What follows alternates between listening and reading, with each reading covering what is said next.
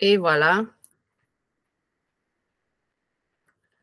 Donc, voilà, je vais juste valider avec vous rapidement. Tout le monde voit bien mon écran? Yes, good. On commence ça.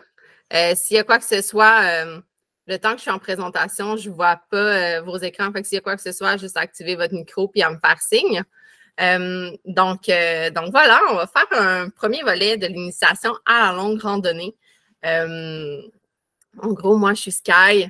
C'est moi qui va vous accompagner dans ce parcours-là. Je pense que certains d'entre vous ont déjà, j'ai vu des noms passer, certains d'entre vous ont déjà de l'expérience en randonnée, mais je pense qu'on n'est jamais parfait dans ce qu'on fait, puis il y a toujours place à l'amélioration. Fait que je suis super contente de pouvoir discuter de ça avec vous. Je me présente rapidement. Là, dans le fond, moi, je fais de la randonnée depuis peut-être 3 ans, mais j'en ai fait de façon très intense. La randonnée, j'ai découvert ça vraiment comme à ma façon. En fait, j'ai commencé par acheter un livre sur la randonnée qui m'ont appris les bases. C'est vraiment en lisant ça que j'ai compris un peu c'est quoi les bases de l'équipement, c'est quoi les bases du multicouche, c'est quoi la randonnée, c'est quoi les dangers et tout ça.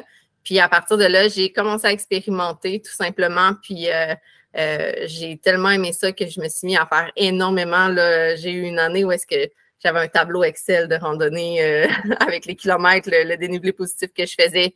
Je faisais plus de 100 à 150 kilomètres par mois avec du 5000 et plus de dénivelé positif. Fait que j'étais vraiment en mode super intense. J'avais besoin de repousser mes limites, de jouer dehors le plus possible. J'étais même à la limite trop intense. Je suis tombée dans un mode extrêmement de performance jusqu'à ce que mon corps me rattrape. Je me suis blessée, une blessure qui m'a suivie pendant quand même une bonne année. Même un peu plus, j'ai encore des répercussions aujourd'hui. J'ai appris de ça à la dure. La vie m'a fait comprendre que je devais un petit peu ralentir, puis prendre le temps aussi de retourner à l'essentiel, pourquoi je faisais de la randonnée, que c'est pour profiter de la nature, pour contempler, puis vivre le moment présent. Parce que c'est ça, en mode performance, j'étais vraiment toujours, j'étais en train de faire une randonnée, puis je pensais déjà à la prochaine randonnée. Fait que j'étais même pas dans le moment présent. Fait que finalement, j'oubliais l'essentiel de pourquoi j'en faisais. Mais tu sais, j'ai plusieurs randonnées d'une journée, puis longues randonnées aussi à mon actif là, au Québec principalement, puis dans l'Ouest canadien. C'est ce qui fait que je peux vous parler de mon expérience, puis de ce que j'ai appris à travers ce parcours-là. Fait que je commence tout de suite, dans le fond, avec les différents sujets qu'on va aborder pendant la rencontre. Fait qu'on on va définir un petit peu la longue randonnée, c'est quoi? Qu'est-ce qui différencie la longue randonnée de la randonnée d'une journée? On va parler des essentiels. Il y a comme une liste connue un peu là, des 10 essentiels à avoir sur soi en randonnée. Je dirais même à la limite en randonnée tout court et non juste en randonnée, en longue randonnée. On va parler du sujet là, du poids et des coups parce qu'en longue randonnée, comme dans plusieurs sports, c'est facile de s'y perdre. Fait que mon but, c'est de pouvoir vous donner des points de repère un peu pour éviter certaines erreurs, puis aussi pouvoir mieux se diriger, puis mieux trouver un petit peu comment se retrouver dans tout ça, là, parce que ça devient vite beaucoup de choses à penser, puis c'est facile de s'y perdre. On va aborder la question de la peur. C'est un sujet super important, je pense, qu'il faut discuter parce qu'on a tous différentes peurs. Je veux vraiment démystifier les principes du Leave No Trace. On parle beaucoup du Leave No Trace. Il y a des polices du Leave No Trace aussi sur les médias sociaux. Fait que je pense que c'est important de démystifier et de s'éduquer sur le sujet, mais aussi de comprendre le pourquoi ça existe, puis pourquoi, dans le fond, on en discute puis qu'il faut s'éduquer sur le sujet. On va parler des limites, parce que les limites, c'est super important. Connaître ses limites, connaître les limites des gens pardon, qui nous accompagnent. Pardon. Puis après ça, on va faire une tournée de vos questions. Autant si vous avez des questions sur la longue randonnée que si vous avez des questions sur l'activité de la semaine prochaine. Dans le fond, on prend le temps de parcourir tout ça. Donc, on y va tout de suite avec la longue randonnée. Qu'est-ce qui différencie la longue randonnée de la randonnée d'une journée? Il y a probablement plusieurs façons, je pense, de le définir, là, mais selon moi, on parle de longue randonnée dès qu'une randonnée est trop longue pour être faite en une journée. Donc, ça nécessite d'avoir plus d'équipement pour passer la nuit, de transporter son équipement de dos pour se nourrir. Puis donc, par le fait même d'avoir un sac plus gros. Fait que je pense que c'est pas mal juste ça la différence quand on part en longue randonnée versus une randonnée d'une journée. Puis après ça, ben, c'est sûr qu'il va y avoir les true hikes qui sont vraiment des randonnées. Là, on parle de plusieurs semaines, voire plusieurs mois, qui sont de très longues randonnées et qui, au final, n'ont pas vraiment de grosses différences, du moins en termes d'équipement, que versus les longues randonnées. Donc, c'est pas mal ça, je pense, la différence. Puis on va quand même, c'est sûr qu'on parle de longue randonnée aujourd'hui, mais veut pas, on va quand même parler de certaines choses qui s'adaptent aussi à la randonnée d'une journée parce qu'on s'entend que c'est relativement la même chose, c'est juste plus long.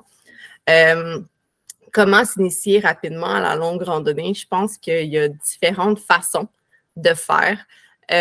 Moi, personnellement, j'ai vraiment appris à la dure, mais je suis quelqu'un qui aime me mettre dans des situations hors de ma zone de confort. Fait que, c'est vraiment, je suis partie en solo. J'étais super bien préparée. Par contre, je m'étais préparée dû à des mauvaises expériences aussi de randonnée d'une journée. On apprend sur le top. Puis, je me suis vraiment comme lancée, c'est ça, un peu dans le vide. Puis, j'apprends comme ça. Mais sinon, je pense que la meilleure façon de s'initier à la longue randonnée, ça reste soit de le faire avec quelqu'un d'expérience. On a généralement des amis qui en ont déjà fait, puis c'est sûr que ça permet d'éviter énormément d'erreurs. Ça permet d'éviter des fois des situations critiques aussi par l'expérience de ce que les autres ont vécu. Puis sinon, de le faire à plusieurs, même si on est tous inexpérimentés, de le faire à plusieurs, ça peut définitivement aider. Après ça, il va y avoir des sentiers au Québec. Je pense à la traversée de Charlevoix, le sentier des Caps, et le sentier national. En fait, il y a plusieurs sentiers où est-ce qu'il va y avoir, exemple, des refuges. Des fois, commencer une longue randonnée avec des nuits en refuge, mais ça peut aider à apprendre à gérer son poids, gérer son matériel, parce qu'en refuge, on n'a pas besoin de traîner notre tente. Des fois, on a besoin d'un peu moins d'équipement parce qu'il y a plusieurs choses qui sont incluses. Donc, ouais, ça aussi, ça peut être une bonne façon de commencer plus en douceur, plutôt que d'apprendre tout d'un coup. Parce que quand on fait de la longue randonnée puis qu'on se lance tout d'un coup, il faut apprendre à gérer des plus longues distances.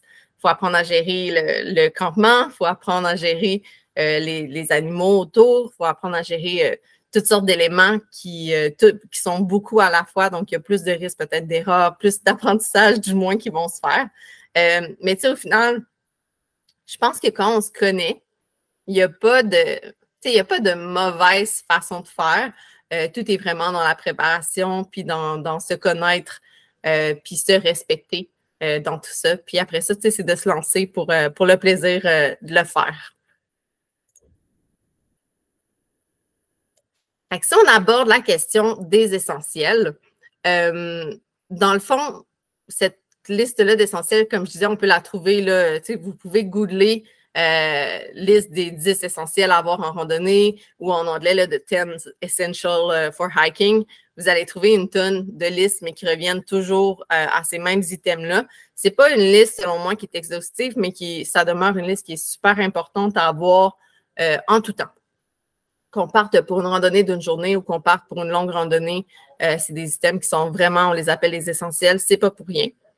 Donc, si on fait le tour de la navigation, c'est sûr que ça dépend toujours de toutes sortes de contextes. D'avoir, maintenant, on a tout sur nos cellulaires, là, on va avoir des applications comme AllTrails, Gaia, On The Go, etc. Là, il y en a quand même plusieurs. Ces applications-là sont géniales. C'est le fun de pouvoir préparer en regardant ça. Maintenant, je pense juste à AllTrails qui a super évolué là, récemment, qui nous permet de prévisualiser les trails. Ça, c'est vraiment cool parce que ça nous permet de voir un peu plus, de mieux visualiser le dénivelé là, plutôt que d'analyser les courbes dans la carte. Quand on a des versions payantes, on est capable de télécharger les cartes qui vont fonctionner même quand on n'a pas de réseau. Mais malgré tout, des batteries cellulaires, ça se ruine, ça finit par se brûler, s'épuiser.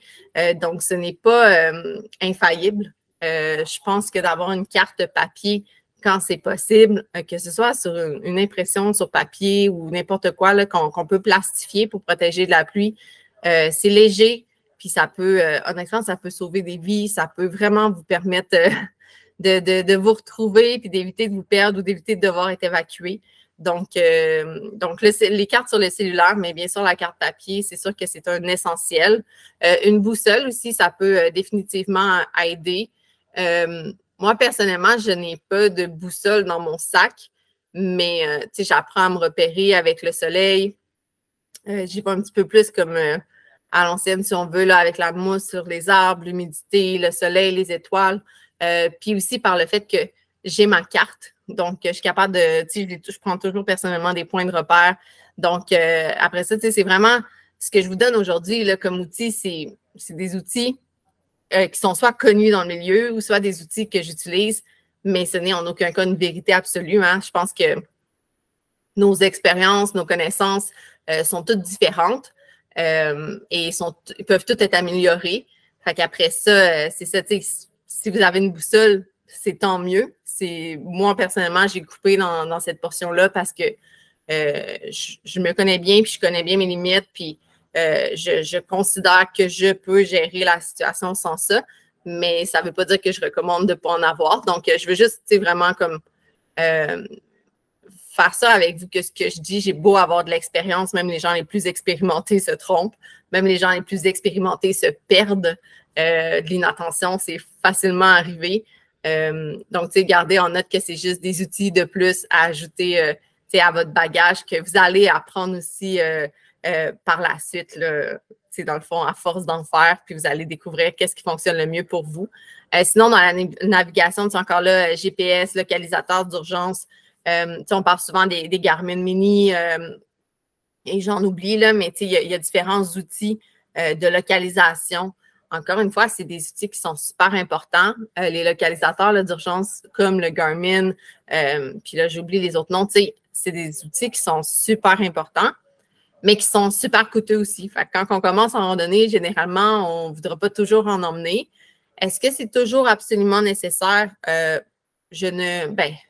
sûr que quand on l'a, c'est parfait.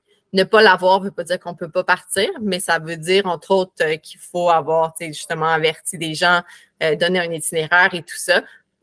Donc, cette liste-là, c'est vraiment, encore une fois, une liste de ce qui est idéal, mais sinon, c'est vraiment d'arriver à trouver ces points de repère puis ce qui fonctionne. Moi, personnellement, je vais toujours avoir une carte, je vais avoir bien étudié ma carte avant. Je vais avoir ma carte en version sur mon cellulaire aussi. Tout dépendant des randonnées que je fais, parfois, je vais avoir un localisateur d'urgence qu'on peut louer. Il y a des compagnies comme Telloc, je pense à Telloc parce que je les ai déjà utilisées, mais il y en a d'autres qui vont faire la location pour quelques jours, des week-ends, des mois de ces devices-là, de ces systèmes-là. Fait que ça permet aussi d'apprendre à les essayer puis de découvrir qu'est-ce qu'on aime, qu'est-ce qu'on n'aime pas. Surtout si je pars en hiver sur une longue randonnée où je sais que je n'aurai pas de réseau. C'est sûr que dans ces cas-là, personnellement, je vais entraîner un. Si je pars faire une randonnée d'une journée ou de 2-3 jours dans un milieu que je connais super bien, avec des points de repère facilement identifiables, je n'ai pas nécessairement en transporter. Après ça, dans les autres essentiels, la lampe frontale. La lampe frontale, ça, c'est à avoir dans votre sac en tout temps. Que vous partiez pour 5 km ou que vous partiez pour 50 ou 150 km, la lampe frontale, c'est un essentiel. Et là, c'est lampe frontale soit à batterie ou rechargeable. Personnellement, j'ai essayé les deux. J'ai eu des mauvaises expériences avec les lampes frontales à batterie en hiver. J'avais beau avoir, il y a des batteries au lithium qui sont beaucoup plus coûteuses, qui vont rester plus au froid, mais malgré tout, j'ai eu personnellement, du moins, moi, je suis retournée avec une lampe frontale rechargeable parce que j'ai trouvé que les batteries, ça mourait beaucoup plus vite dans le froid. Encore là, c'est une question d'expérience. Les lampes frontales, ça reste que c'est un outil qui a un certain coût là, dans l'équipement. Ça s'ajoute toujours à la liste des coûts de l'équipement de longue randonnée. Donc, je pense que c'est un outil qui est important de magasiner puis de se faire conseiller pour avoir quelque chose qui va bien éclairer. Moi, je suis rendue à ma 3e lampe frontale, fait que j'en ai expérimenté quelques-unes. J'ai eu des déceptions. Maintenant, j'en ai une que j'aime vraiment beaucoup. Je suis encore en mode expérimentation, mais des petits trucs pour la lampe frontale. D'ailleurs, moi, que j'aurais aimé le savoir dès le début, c'est si vous pouvez trouver une lampe frontale qui a un système de verrouillage. Ça, c'est quand même merveilleux parce que ça vous permet de la verrouiller quand vous vous en servez pas. Donc, elle ne pourra pas s'allumer par erreur, par accident dans votre sac, puis rester allumée toute la journée pour brûler vos batteries. Fait qu'il y a plusieurs lampes frontales là, qui se vendent, qui ont un système de verrouillage soit en tenant 2 boutons. Ça, c'est vraiment magique comme fonction. Sinon, c'est vraiment de valider, s'assurer d'avoir une lampe frontale qui a un bon éclairage, qui éclaire de loin, puis qui va avoir la plus longue durée de vie possible aussi, là, selon les stades d'éclairage. La lumière rouge peut beaucoup aider aussi, surtout quand il y a des moustiques. Ça aide à avoir un petit peu moins de moustiques au visage quand on peut se débrouiller avec ça. Après ça, la protection solaire, on sous-estime peut-être souvent la protection solaire. On se dit, ah, c'est pas grave, je vais bronzer et tout ça, mais on peut facilement brûler là, quand on est de longues heures. Après ça, c'est toujours une question de limite. Là. Il y en a qui vont faire des longues randonnées, qui vont faire environ 8 à 10 km par jour. D'autres vont faire 30 à 40 km par jour. Mais peu importe, selon les heures, les conditions, c'est facile que la peau brûle par le soleil. Puis, vous ne voulez pas avoir un gros coup de soleil, puis qu'après ça, votre sac à dos vous blesse encore plus, rendre ça insupportable. Les coups de chaleur aussi. Il y a plusieurs vêtements là, qui se vendent pour la protection solaire, des vêtements qui vont être en manches longues, hyper minces, qui permettent de bien gérer la chaleur. Puis sinon, la crème solaire, ça reste aussi un must. Un autre outil super important, un essentiel dans votre sac, c'est la trousse de premiers soins. Puis, tu sais, les trousses de premiers soins, il y en a vraiment plusieurs sortes. Moi, personnellement, j'ai fini par adapter la mienne à mes besoins. Il existe différentes sortes de trousses de randonnée, de trousses de premiers soins qui vont être adaptées à la randonnée. Puis après ça, souvent, sur la petite pochette, ça dit, bon, mais c'est pour une randonnée de 2 à 5 jours, de 1 à 2 jours. L'équipement qu'il y a dedans permet de gérer un certain nombre de jours et aussi un certain nombre de personnes. Fait que c'est important de prendre le temps de les magasiner puis de regarder. Ils ont des petits numéros là, qui permettent de les identifier puis de retenir c'est quoi. Mais au final, c'est sûr qu'on finit toujours par ajouter des choses comme de tape pansement pour les ampoules. S'il n'y a pas de pince pour les tiques, on rajoute les pinces pour les tiques. Moi, personnellement, j'ai du tape de physio. Parce que justement, j'ai eu des douleurs à gérer et tout ça. Fait que, c'est vraiment de partir avec une bonne trousse complète de base. On pense aux ampoules, on pense aux entorses, le genre de blessures qui peuvent nous arriver en randonnée. Puis après ça, ben, c'est de l'adapter quand on est en randonnée. Ben, des fois, on va faire « Ah, crime, j'aurais aimé avoir tel item dedans », mais on l'ajoute, puis on finit par se bâtir notre propre trousse, mais c'est jamais à négliger là, la trousse de premiers soins. On espère ne pas en avoir besoin, mais le jour où on en a besoin, on va être vraiment content qu'elle soit complète. Puis aussi, ben, dans cet essentiel-là, on mentionne le chasse-moustique. Il y en existe des tonnes. Ça, c'est encore une fois une question d'essai-erreur, mais définitivement, ça peut aider là, d'avoir du chasse-moustique. Il y en a qui vont éviter de faire de la randonnée dans les périodes où il y a énormément de moustiques. Personnellement, je pense que chaque insecte a sa saison, chaque insecte a son mois, puis comme on ne ferait pas de randonnée du tout là, si on attendait qu'il n'y ait pas d'insectes. Donc, bref, je pense que c'est juste d'avoir un bon chasse-moustique ou souvent les vêtements de protection solaire aussi vont permettre, vu que si on prend un vêtement qui va être pâle à manches longues pour la protection solaire, ça va permettre de faire aussi la protection pour les moustiques. Puis, ça protège aussi de la chaleur. C'est un tissu souvent qui est respirant, puis justement qui protège du soleil, qui va être plus pâle. Fait que, on a tendance à penser qu'on va porter des manches courtes parce qu'il fait chaud, mais les vêtements de protection solaire sont faits pour ça, sont faits pour l'été, pour protéger du soleil. Fait que souvent, si on peut s'éviter une centaine de piqûres de moustiques, ça peut être vraiment un bon investissement d'avoir un vêtement long qui protège à la fois du soleil et des moustiques. Donc, dans la suite des essentiels, là, je vous donne beaucoup d'informations, mais comme je vous dis, la formation est enregistrée. Puis, c'est aussi des informations que vous pouvez trouver ailleurs. Comme je vous dis, les essentiels, vous avez juste à googler les 10 essentiels en randonnée. Il y a Espace, entre autres, là, Espace Magazine qui a fait un article là-dessus, mais il y a plusieurs blogs, là, je pense aux Pays du Nord, les chefs de montagne, Montreal, ils font plusieurs, il y a plusieurs compagnies québécoises où organismes québécois qui ont fait des articles sur ça. Donc, vous pouvez trouver les informations. C'est des informations qui sont pas mal universelles. À avoir dans son sac, encore une fois, en tout temps, que ce soit une randonnée d'un jour ou une longue randonnée, c'est un couteau. Puis un couteau, là, ça n'a vraiment pas besoin de coûter cher. Puis normalement, là, une vingtaine de dollars, vous allez avoir un bon couteau pliable. Le couteau peut vous servir autant à couper votre nourriture qu'à couper, je ne sais pas, une branche ou c'est vraiment pas à négliger. Là. Moi, mon couteau, quand je pars en randonnée, je m'en sers pratiquement tous les jours pour différentes fonctions. C'est un couteau que j'ai payé justement probablement une vingtaine de dollars, 20-25 dollars. Parce que je le répète, ça monte tellement vite. C'est important de ne pas se perdre dans ça. On a tous différents budgets, puis ça a longtemps été dit que la longue randonnée, ça coûtait cher, l'ultralight, ça coûtait cher et tout ça, mais il y a vraiment des façons de contourner ça, puis c'est en prenant le temps de bien magasiner les choses, puis en prenant le temps aussi d'économiser où on peut, on va en parler un petit peu plus tard, mais d'économiser où on peut, d'investir où c'est préférable d'investir pour le long terme. Il y a façon de s'en sortir aussi. Puis encore là, il y a des compagnies qui font de la location d'équipement. On en parlera plus tard aussi, là, mais il y a différentes compagnies qui vous permettent autant de louer, si c'est quelque chose que vous ne faites pas souvent, ça peut super valoir la peine, qu'autant de louer pour essayer des choses. Ça permet de sauver de l'argent parce que souvent, c'est ce qui arrive, on achète un item, puis finalement, on ne l'aime pas, fait qu'on le revend, puis on en achète un autre, puis c'est un peu de laisser-erreur. Fait que ces compagnies-là sont là aussi pour ça. Ça nous permet d'essayer puis de voir ce qu'on aime moins. Puis quand on parle de couteau, là, dans le kit des essentiels, on parle de couteau, mais du duct tape, c'est super important. Ils se vendent soit des très petites roulettes de duct tape là, dans les magasins comme Sale, La Tulipe, Mec. Sinon, moi, personnellement, j'ai des bâtons de randonnée que je traîne la majorité du temps. C'est presque un essentiel pour moi, même si j'ai encore une relation amoureuse avec les bâtons de randonnée. L'hiver, je préfère les bâtons. L'été, un peu moins, mais je suis consciente que ça économise le corps. Fait que, bref, puis aussi, s'il arrive à une urgence, je me cassais une jambe, je me dis, j'ai un bâton, je suis capable de me faire une attelle. Fait que c'est un peu ce qui fait que j'ai une relation amoureuse avec les bâtons. Je me dis qu'ils peuvent peut-être me sauver. Puis c'est déjà arrivé que j'ai eu une blessure, puis que j'étais super heureuse de pouvoir me servir de mes bâtons comme béquilles.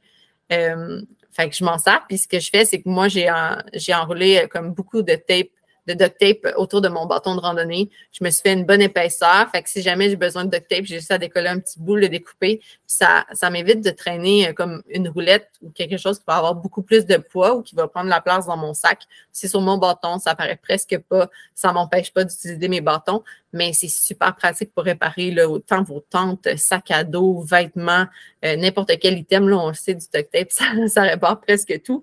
Puis sinon, je traîne aussi un petit kit de réparation de couture. Que j'ai trouvé comme 2-3 dollars, je pense, chez Sale, La Tulipe, un de ces magasins-là. Donc, c'est ça, un petit kit de couture, là. J'ai jamais eu à m'en servir, mais il est tellement léger, ça m'a coûté comme 2 dollars. Si jamais ma tente déchirait, ma bâche déchirait, un vêtement, le sac à dos, des choses que le duct tape peut pas nécessairement réparer, là. C'est un petit kit avec 2-3 roulettes de fil, des aiguilles et tout ça, fait que ça peut être super pratique. Puis qui sait, peut-être qu'un jour, j'aurai à le coup de quelqu'un, puis je serai bien contente d'avoir un kit, j'espère pas, mais tu sais, je dis ça à la blague, mais ça peut être super pratique, puis c'est pas lourd. Fait que moi, ça fait partie de mon kit couteau, là. C'est ces 3 items-là qui sont vraiment des essentiels selon moi. Après ça, bien sûr, le feu. On en parlera plus tard du feu, mais ça reste que le feu, c'est un outil de survie. Si on veut, ça peut être absolument nécessaire d'en partir un. Donc, d'avoir des allumettes, briquet, allume-feu.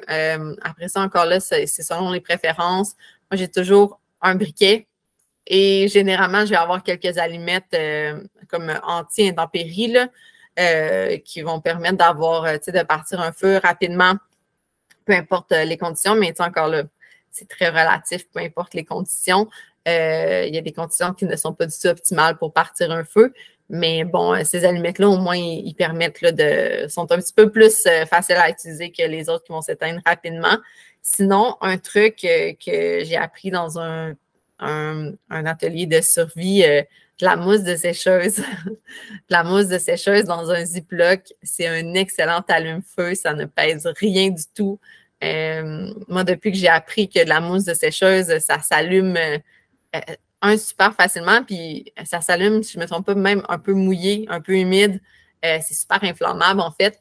Fait que depuis ce jour-là, je fais juste ça, je ramasse la mousse de sécheuse. C'est toujours bien d'en avoir un petit peu dans un Ziploc. Encore une fois, ça pèse rien, c'est super compactable, ça prend pas d'espace et ça peut sauver des vies. Ça fait partie d'un petit kit.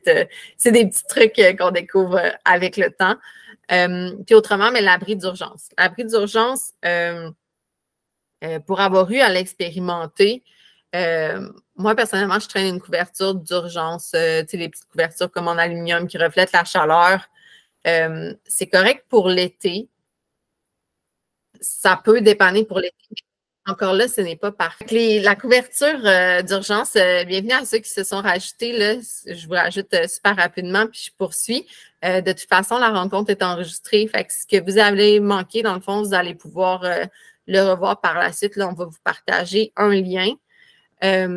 Donc, c'est ça. La couverture d'urgence, ça fait bien, c'est pas cher, ça se traîne bien dans un sac, mais en hiver, personnellement, je trouve que c'est pas suffisant.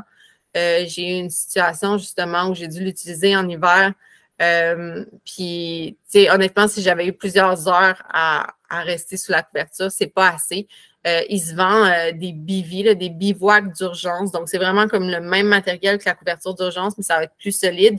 Puis, c'est vraiment comme un sleeping bag en couverture réflectable pour la chaleur. Puis, c'est vraiment plus adapté à ce moment-là pour l'hiver.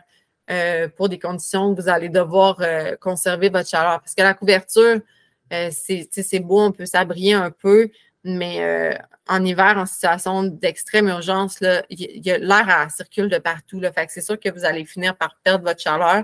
Le bivouac d'urgence est définitivement comme plus dispendieux. C'est autour de 35-45 $, peut-être un peu plus, dépendamment des marques, mais honnêtement, encore une fois, on ne veut pas avoir à s'en servir, mais le jour où on a à s'en servir, on est vraiment content d'avoir investi ce montant d'argent-là pour rester en vie ou pour améliorer vraiment notre situation. Donc, c'est pas mal ça pour l'abri d'urgence. Après ça, les 3 derniers essentiels, en fait, c'est ce qu'il va y avoir déjà dans votre sac, mais c'est toujours en prévoir plus. Donc, évidemment, qu'on parte en randonnée d'une journée ou qu'on parte en longue randonnée, on va avoir de la nourriture avec nous. Moi, personnellement, c'est mon issue, c'est mon petit défi. J'en emmène encore trop. J'en ai toujours comme pour nourrir les gens, j'en ai pour sauver des gens qui n'en auront pas assez. Je traîne toujours, à chaque fois que je pars en randonnée, je me dis, j'aurais pu sauver 2 livres dans mon sac parce que j'en ai beaucoup de nourriture. Mais d'un autre côté, moi, personnellement, j'ai beaucoup de difficultés avec l'alimentation, surtout l'été. Quand il fait chaud, l'été, j'ai de la misère à m'alimenter, donc je dois manger des trucs qui vont me plaire sur le coup. Je dois manger souvent. Fait que, ce que je vais faire l'été, moi, personnellement, j'arrive pas ou presque pas à déjeuner. J'ai découvert récemment, là, je vous nomme des compagnies que je connais, puis encore là, il y a plusieurs compagnies qui les font, mais une compagnie qui est surtout connue dans l'ultra-trail, qui est NAC, font des gaufres avec comme un rapport de protéines puis de glucides là, qui est bon pour l'endurance. Donc, quand on est en longue randonnée, on fait plusieurs kilomètres par jour, on tombe aussi dans l'endurance. Fait que c'est des produits qui s'adaptent bien. Puis leur gaufre, c'est comme super léger, puis c'est super bon au goût. Fait que moi, personnellement, depuis que j'ai découvert ça, je peux enfin déjeuner le matin. Mon corps est capable de le prendre parce qu'autrement, moi, dans la vie, je déjeune vraiment tard. Donc, quand je pars tôt en randonnée, c'est toujours un problème parce que, en fait, dans la vie, souvent, on part en randonnée puis on n'a pas bu assez d'eau puis on n'a pas assez mangé. Donc, on part déjà en déficit. On part déshydraté puis on part en déficit calorique. Puis, finalement, ça fait juste se traîner tout le long de la journée puis c'est dur à rattraper. Donc, bref, en termes de nourriture, l'idéal, c'est vraiment d'avoir les 3 repas par jour, d'apporter des choses qu'on aime, des noix salées. Puis toujours penser aussi à avoir un équilibre de glucides, du salé, du gras pour couvrir toutes les facettes qu'on a besoin en endurance. Puis pour être sûr d'avoir des trucs qui vont bien se manger, puis qu'on va avoir envie de manger, parce qu'il n'y a rien de pire que de devoir manger quelque chose qu'on n'a vraiment pas envie quand on a super faim, puis que finalement, on va moins manger parce qu'on n'aime pas ça. Fait que c'est vraiment de varier, emmener des choses qu'on aime, puis d'en emmener de plus. Des repas déshydratés, des ramen, des sidekicks, C'est pas quelque chose qui prend énormément de place. Des collations, là, des barres protéinées, des petits bonbons, là, des petits bonbons de fruits séchés ou il y a différentes variables. C'est juste de penser à en emmener de plus. Dites-vous toujours dans votre tête, bon, si jamais je devais rester 24 heures ou 48 heures en situation de survie, est-ce que j'aurais assez de nourriture pour combler mes besoins physiques, là, me garder au chaud, être capable de rester concentré pour pouvoir justement assurer ma survie? Fait que c'est ça, d'avoir un petit peu de nourriture de plus, puis aussi qui peut dépanner. Si jamais on tombe sur quelqu'un qui est en situation d'urgence, ben tu sais, c'est bon d'être capable d'avoir un petit quelque chose à offrir pour venir en aide à la personne. Ensuite, l'eau en extra, ben l'eau, c'est toujours difficile, c'est toujours une question de gestion. Certaines personnes vont en emmener plus, d'autres vont en emmener moins. Moi, personnellement, peu importe, ben pas peu importe, mais généralement, je pars toujours avec 1 litre d'eau. Et j'ai un Be Free d'1 litre que je vais remplir au besoin. Normalement, c'est suffisant. En fait, c'est tout le temps une question d'analyser nos cartes. Nos sentiers au Québec, la majorité du temps, vont avoir assez d'eau là, selon les sentiers qu'on choisit pour pouvoir alimenter là, avec 2 litres d'eau et tout ça. Mais encore là, ça dépend. On arrive dans des situations où les sentiers sont asséchés. Donc, c'est pour ça qu'encore une fois, la préparation, c'est hyper important. Puis c'est ça qui va déterminer ce qu'on apporte comme eau, ce qu'on apporte comme vêtements, qu'est-ce qu'on fait comme itinéraire, où on dort et c'est quoi nos besoins. C'est sûr que l'eau, c'est un poids quand même énorme. Là. 1 litre d'eau, si je ne me trompe pas, c'est l'équivalent de 2 livres. Puis encore là, ça dépend de la bouteille qu'on utilise. Mais si on parle d'une bouteille super légère là, en plastique, généralement, ça va être un 2 livres par litre d'eau. Fait que dès qu'on ajoute un litre d'eau de plus, ben, c'est 2 livres qu'on ajoute à son sac. Puis après ça, ben, si en cas de besoin, moi, personnellement, j'ai fait le sentier du Fjord un été, là, il y a 2 ans, puis on m'avait dit que le sentier était complètement desséché à partir du point là, du camping où j'étais. Puis, tu sais, moi, je le faisais en 2 jours. Fait que c'est sûr que je faisais comme 26 km ma deuxième journée, mais 26 km avec des ruisseaux asséchés. Il faisait extrêmement chaud, on était en canicule. C'est sûr que 2 litres, j'allais pas en avoir assez. Fait qu'exemple, ce que j'ai fait, ben, j'ai rempli mon Be Free pour avoir un 3e litre. Et au-delà de ça, j'ai rempli ma gamelle de 750 ml d'eau que j'ai stabilisée dans mon sac pour pas qu'elle se renverse. J'avais un Ziploc, là, je pense. J'avais un grand sac Ziploc. J'ai pu l'insérer dans un grand sac Ziploc pour au moins protéger un petit peu le reste. Mais ça m'a permis de partir avec presque 4 litres d'eau pour couvrir une journée de canicule où j'avais énormément de kilomètres à faire. Fait que, tu sais, c'est de pouvoir s'adapter. C'est toujours avoir quelque chose en cas de besoin. S'assurer qu'on ne manquera pas d'eau parce que c'est sûr que si on manque d'eau, là, on peut se retrouver facilement en situation de danger, encore une fois. Pour ce qui est des vêtements en extra, c'est toujours important d'emmener 2 paires de bas. Ça, c'est sûr et certain parce que les bas peuvent se mouiller super rapidement. La règle, généralement, si on est dans un sentier qui est mouillé, mais on garde nos pieds mouillés tout le long parce que de toute façon, on va continuer de se mouiller les pieds. Mais dès que le sentier est terminé, qu'on est rendu à notre campement, mais si on change nos bas pour pouvoir avoir des bas secs, faire sécher les autres pour pouvoir se garder au chaud. Encore là, généralement, moi, je porte toujours avec mon base layer de Merino, que ce soit l'été ou l'hiver. Récemment, j'ai fait du camping là, il y a 2 nuits. On est en plein mois de juillet, puis j'étais vraiment heureuse d'avoir mes couches de base de Merino parce qu'il faisait super froid. On est proche de la pleine lune, donc il fait toujours plus froid quand on est proche d'une pleine lune. Donc, c'est ça, avoir un base layer en Merino en tout temps, des vêtements de rechange. Tu sais, pensez que si jamais on se retrouve une journée qui pleut toute la journée, qui fait plus froid que prévu, d'avoir des vêtements pour nous garder au chaud, puis avoir un kit de rechange sec pour quand la journée est terminée, puis se garder au chaud. Fait que ça fait le tour de la liste des essentiels, mais tu sais, c'est vraiment, une fois que vous avez mis ça dans votre sac, il ne reste plus tant grand-chose que ça à rajouter dans le sac quand on part en longue randonnée. Fait que si on passe à la suite, question de poids et de coût. Je vais pas m'enfoncer dans le sujet parce que c'est un sujet qui est quand même super, on pourra en parler pendant des heures.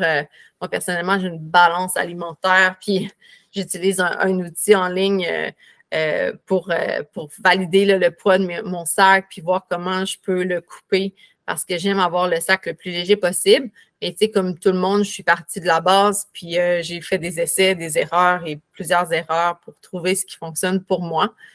Si on parle de gestion de poids, quand on part en longue randonnée, le poids du sac va vraiment avoir un grand impact sur la qualité du temps qu'on va passer sur le sentier. Peu importe les raisons pour lesquelles on fait de la randonnée, que ce soit pour repousser nos limites, que ce soit pour connecter à la nature, pour un peu l'aspect thérapeutique de la nature aussi. Moi, personnellement, quand je pars en randonnée, il se passe beaucoup de choses dans ma tête. J'en ressors toujours grandi là, de toutes les différentes choses qui vont. C'est vraiment là que mon cerveau me ramène mes petits fantômes, mes petits bobos là, du moment, puis que je dois aller travailler mentalement. Mais tu sais, ça ne veut pas dire de se donner de la misère en ayant un poids de sac 10 livres en trop ou 5 livres en trop ou même 2 livres de trop. 2 livres non nécessaires dans un sac, c'est 2 livres qu'on va transporter à chaque pas, puis qui va devenir de plus en plus lourd avec le temps, avec la fatigue, avec la déshydratation, le manque d'alimentation. Donc, c'est vraiment pas à sous-estimer le poids.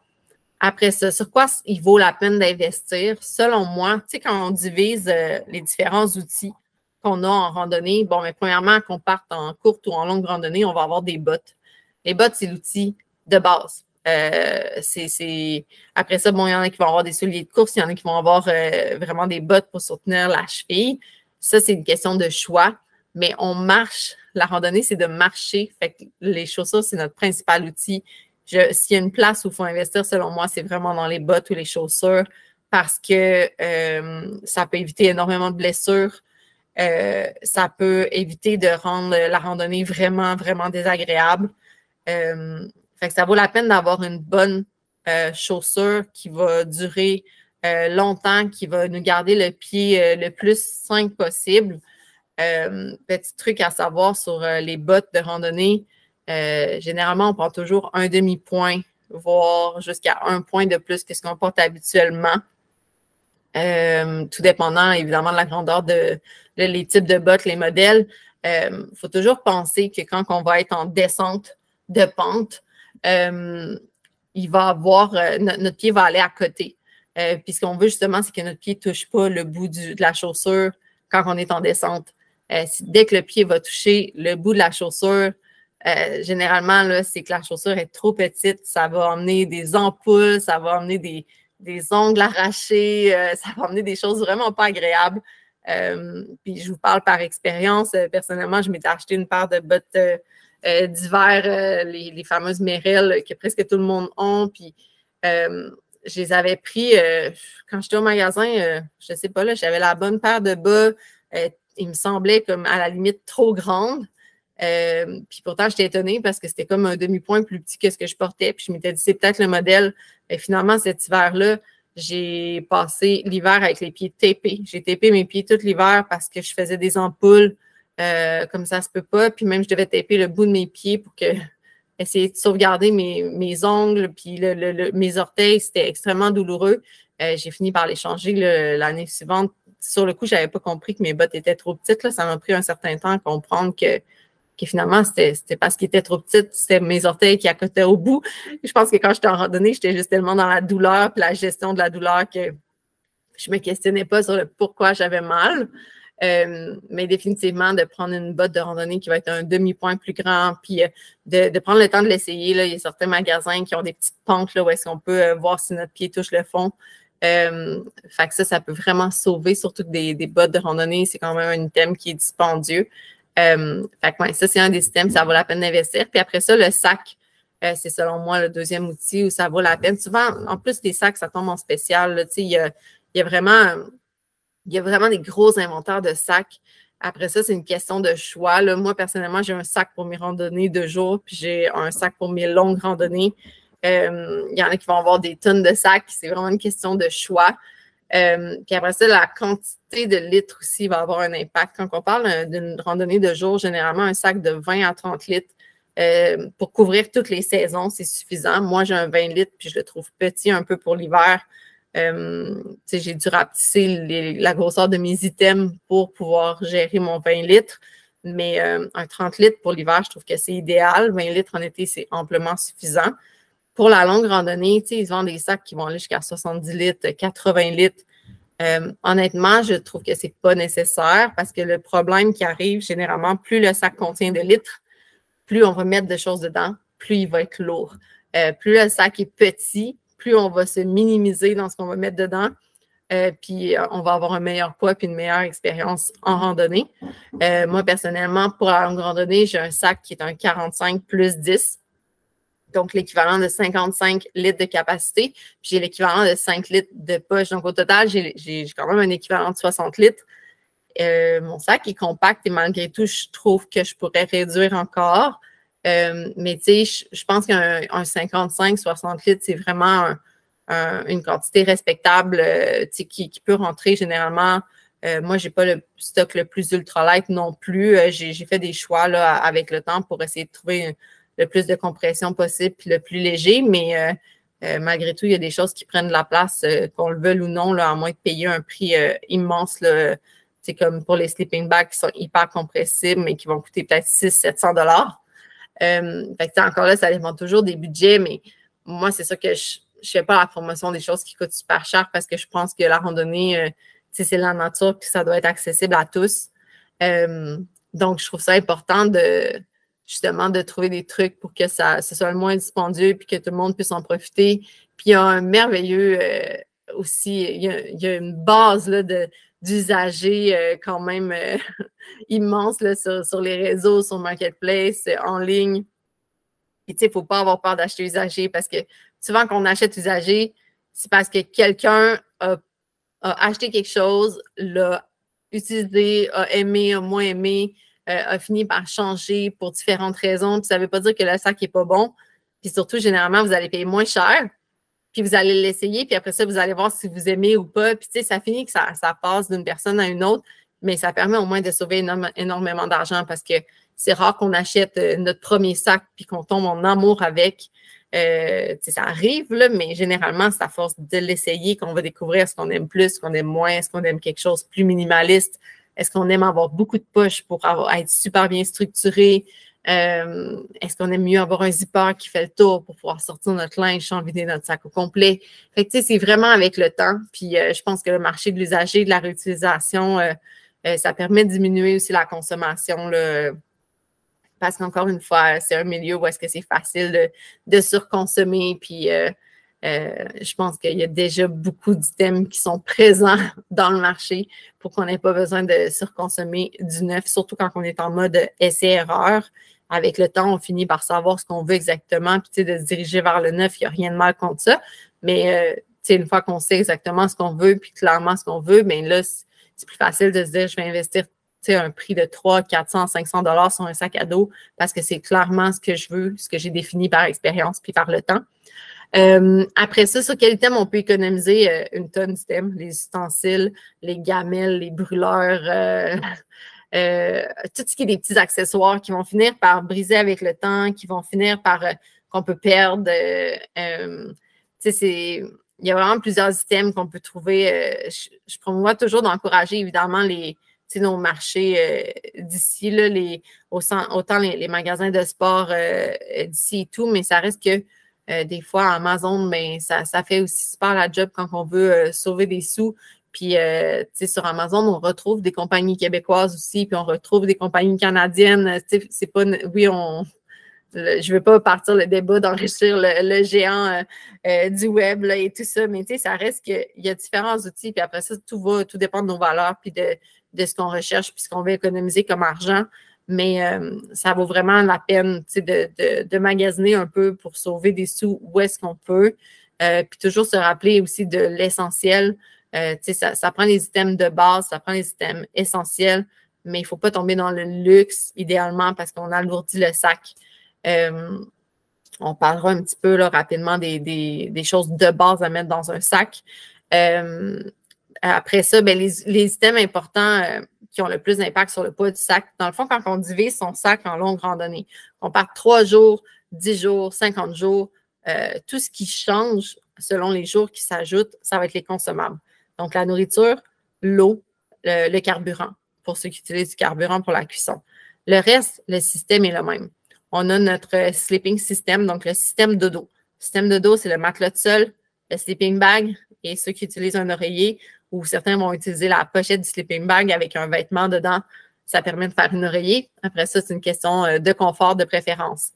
Le système dodo, dans le système dodo, ce qui a le plus d'impact, c'est le sleeping bag en termes de poids. Fait que moi, c'est un item où je pense que ça vaut la peine, personnellement, d'investir, mais encore là, il y a moyen d'en avoir en spécial. Après ça, on a le choix entre le duvet. Le duvet va être beaucoup plus compact, beaucoup plus léger, mais il y a ses inconvénients. Donc, le duvet va super mal réagir avec l'humidité, avec l'eau. Donc, si c'est mouillé, ça perd sa capacité à nous garder au chaud. Pour ceux qui sont véganes, de toute façon, ils vont aller vers le synthétique.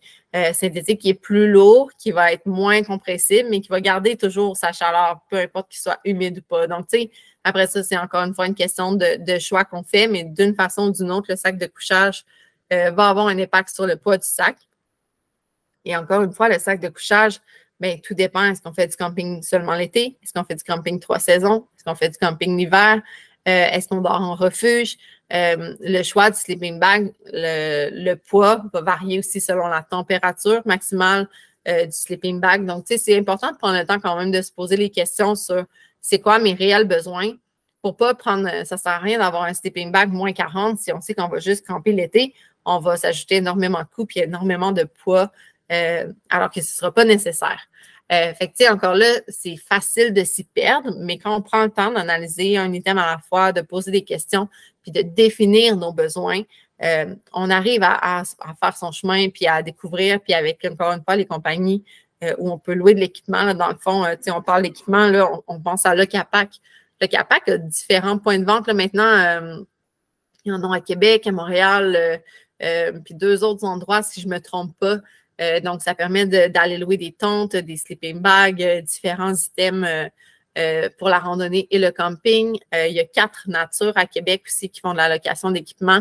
Il y en a quelques autres compagnies là, que je ne connais pas, mais que j'ai vu passer rapidement. Donc, tu sais, si vous regardez location d'équipement de camping, ça vaut la peine de regarder parce que ça permet encore une fois d'essayer avant d'acheter, puis de voir aussi si on aime ça, hein, parce que la longue randonnée, ce n'est pas pour tout le monde. Moi, j'ai une relation amoureuse avec la longue randonnée parce que j'aime me dépasser, j'aime repousser mes limites, mais ça reste que des fois, je trouve ça... des fois, il y a des moments où je me suis remis en question puis je me suis dit, pourquoi je fais ça? J'aime-tu vraiment ça? Je trouve que mon sac est encore lourd. Je trouve ça difficile. Fait que tu sais, il faut se poser la question, on peut aimer la randonnée sans aimer la longue randonnée. On peut aimer la longue randonnée sans aimer l'ultra léger. Parce que, tu sais, ultra léger veut souvent dire un petit peu plus fragile, veut dire plus cher, veut dire... en fait, généralement, c'est ça, c'est que ça va être plus fragile, ça va être plus mince. Fait que, tu sais, l'ultra léger a aussi ses inconvénients, moins longue durée de vie et tout ça. Fait que, tu sais, on n'est pas... il n'y a pas de recette miracle. Hein. La recette miracle, c'est ce qui nous plaît, c'est ce qui nous convient, puis ce qu'on découvre qui nous convient avec le temps.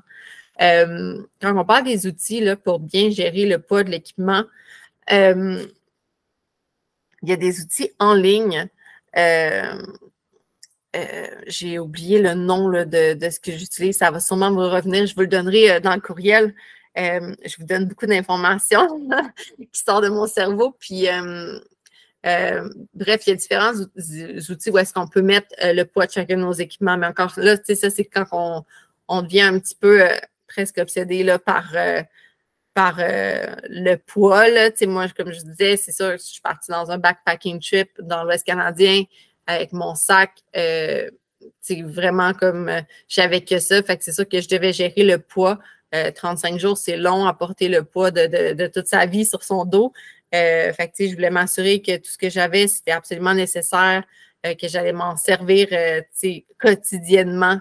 Puis si c'était quelque chose que j'emmenais, qui était un luxe, tu sais, je voulais savoir le poids que ça pesait, puis c'était quoi l'impact général. Fait que on est capable d'avoir, je pense que c'est My Lighter Pack, que ça s'appelle l'application, là, je vous le donnerai dans le courriel, mais ça permet d'avoir un graphique. On inscrit le poids de chacun de nos items, puis ça nous montre de façon globale, bon, mais notre système de dos, combien il pèse, c'est quoi son impact sur le 100% global de notre sac, notre système, notre cooking system qui va être le riz chaud, la bonbonne, la gamelle, les ustensiles. Après ça, une fois qu'on a notre système de dos, notre système de cuisine, on a pas mal la base. Après ça, ben, c'est des vêtements, un kit de jour, un kit de nuit, généralement un kit qu'on porte, puis un kit, ça c'est vraiment la base quand on va être strict minimum. Là, on va avoir un kit qu'on porte le jour, puis un kit sec qu'on porte la nuit pendant que l'autre sèche, qu'on peut interchanger. Après ça, c'est au choix. Là, si on va ajouter plus de choses, évidemment, mais plus de choses veut dire plus de poids à traîner pendant plusieurs jours. Ce qui va avoir vraiment un impact souvent sur, comme je dis, sur la qualité de notre randonnée. Fait côté poids et coût, là, juste pour comme, résumer tout ça, souvent l'item dans votre sac qui va avoir le plus gros impact, c'est votre sac de couchage. Fait que ça vaut la peine de regarder le degré qui est nécessaire, puis de regarder le poids, évidemment, là, puis aussi l'espace que ça prend dans le sac. Que ce soit en synthétique ou en duvet, là, il y a quand même des très bons produits dans les deux catégories, mais ça va avoir un impact dans le sac, ce qui va permettre de déterminer la quantité de litres que vous avez besoin comme capacité dans votre sac. Parce que, évidemment, le sac de couchage, s'il prend la moitié de votre sac, il ne restera pas beaucoup de place pour le reste. Là, ce ne sera pas suffisant. Puis sinon, autrement, là, je vous dirais, c'est sûr que le sac lui-même a son poids. Il est différent. Il y a comme, selon moi, 3 catégories de sacs. Là. Il va y avoir les sacs comme super équipés avec plein de poches qui vont généralement peser à peu près 5 livres vides. Ils vont avoir les sacs entre le régulier et l'ultralight qui vont peser généralement autour de 2-3 livres. Puis après ça, les sacs ultralight là, qui vont peser généralement 1 livre ou même moins d'1 livre. Là, généralement, c'est plus comme 1 livre et demi. Mais les sacs ultralight veut dire que ça contient beaucoup moins de poids, ils ont beaucoup moins de support. Fait que, c'est une question de choix selon ce qu'on prévoit mettre dans notre sac. Je passe rapidement sur la peur. La peur, ce que j'ai à dire sur ça, c'est premièrement, on a tous des peurs différentes. Selon qu'on est un homme, une femme ou peu importe aussi. Je pense qu'en tant que femme, on a certaines peurs de plus peut-être que les hommes n'ont pas là, pour avoir fait de la randonnée avec beaucoup de mes amis masculins. Définitivement, on n'avait pas les mêmes réalités. Mais tu sais, ça reste que c'est important d'apprivoiser nos peurs, d'apprendre à bien se connaître dans tout ça. Mais je pense que le plus important, c'est d'apprendre à différencier nos peurs et nos angoisses des réels risques de danger qu'on peut rencontrer. Parce que, tu sais, il y a les dangers réels, l'hypothermie, la déshydratation, tu sais, manquer de nourriture, mourir de froid parce qu'on n'a pas emmené de quoi faire du feu ou rencontrer un ours. Ça, c'est des peurs réelles, c'est des dangers réels auxquels, en étant bien préparé, on peut au moins limiter les risques quand on est bien préparé. Nos peurs, nos angoisses sont généralement un peu plus, je ne vais pas dire irréalistes, mais généralement, c'est des choses qui nous font peur, mais que les chances que ça arrive sont vraiment minces. Ou tu sais, c'est encore une fois, on peut avoir peur, si je me perds ou je tombe en bas d'une falaise, mais tu sais, il faut apprendre à rationaliser les choses, puis encore une fois, avec une bonne préparation, une bonne analyse de la carte, une bonne analyse de ce qu'on s'apprête à faire versus nos capacités réelles. Puis après ça, en étant conscient du terrain, où est-ce qu'on va, on est capable de prévoir, là, exemple, la peur des ours. Bon, je suis dans l'Ouest canadien, je suis consciente que je peux rencontrer des ours, des grizzlies, mais c'est sûr que je vais avoir un bear spray avec moi. Je vais avoir moi, j'avais un bear banger, là, qui est un petit crayon avec une cartouche qu'on envoie dans les airs, qui fait un bruit de fusil, qui est un outil super, qui permet d'effrayer les ours aussi. Est-ce que ça empêche de se faire attaquer par un ours? Non. Est-ce que je peux avoir peur de me faire attaquer par un ours? Oui. Mais si au moins je suis préparée à faire face au danger, puis qu'après ça, je respecte, je me promène en groupe idéalement ou je vais dans des endroits plus fréquentés, et je limite quand même les risques d'être exposé au danger, puis je suis plus en contrôle, puis je ne m'empêcherai pas de faire une randonnée parce que ma peur prend toute la place. Fait que quand on arrive à différencier nos peurs, ou du moins à les gérer en fonction des réels risques de danger avec la bonne préparation, je pense qu'on peut aller de l'avant puis aller faire les randonnées puis faire ce qu'on a à faire sans s'empêcher. Parce que souvent, c'est dans la vie en général, nos peurs nous empêchent d'avancer. Puis généralement, il y a peut-être 10 ou 15 de nos peurs puis nos angoisses qui vont peut-être réellement arriver. Puis le reste, ça va toujours rester juste dans notre tête. Puis c'est plate de s'empêcher de vivre puis d'apprécier la vie à cause de ça. Fait que je pense que c'est d'apprendre, d'étudier, d'être bien préparé. Puis une phrase que j'ai lue quelque part, j'aimerais savoir ça vient de qui, mais je me souviens pas, ça fait tellement longtemps que je l'ai lu. Une phrase, moi, qui guide la façon que je fais mon sac, c'est, c'était en anglais, là, Don't pack your fears. Donc, ne mets pas tes peurs dans ton sac. Je vous conte une anecdote rapide. Moi, la première fois que je suis allée faire une randonnée, comme ma première randonnée à vie, j'avais écouté le film Wild, qui est la jeune femme qui est partie faire le Pacific Crest Trail. Puis là, j'étais comme à voir plein de dangers dans sa randonnée. Puis moi, je partais faire le Mont Wright à Québec, qui est une randonnée d'à peu près 6 km, un 300 mètres de dénivelé positif. Puis je venais de m'acheter un tout nouveau sac. Là, il était en spécial au magasin. Je ne connaissais rien là-dedans.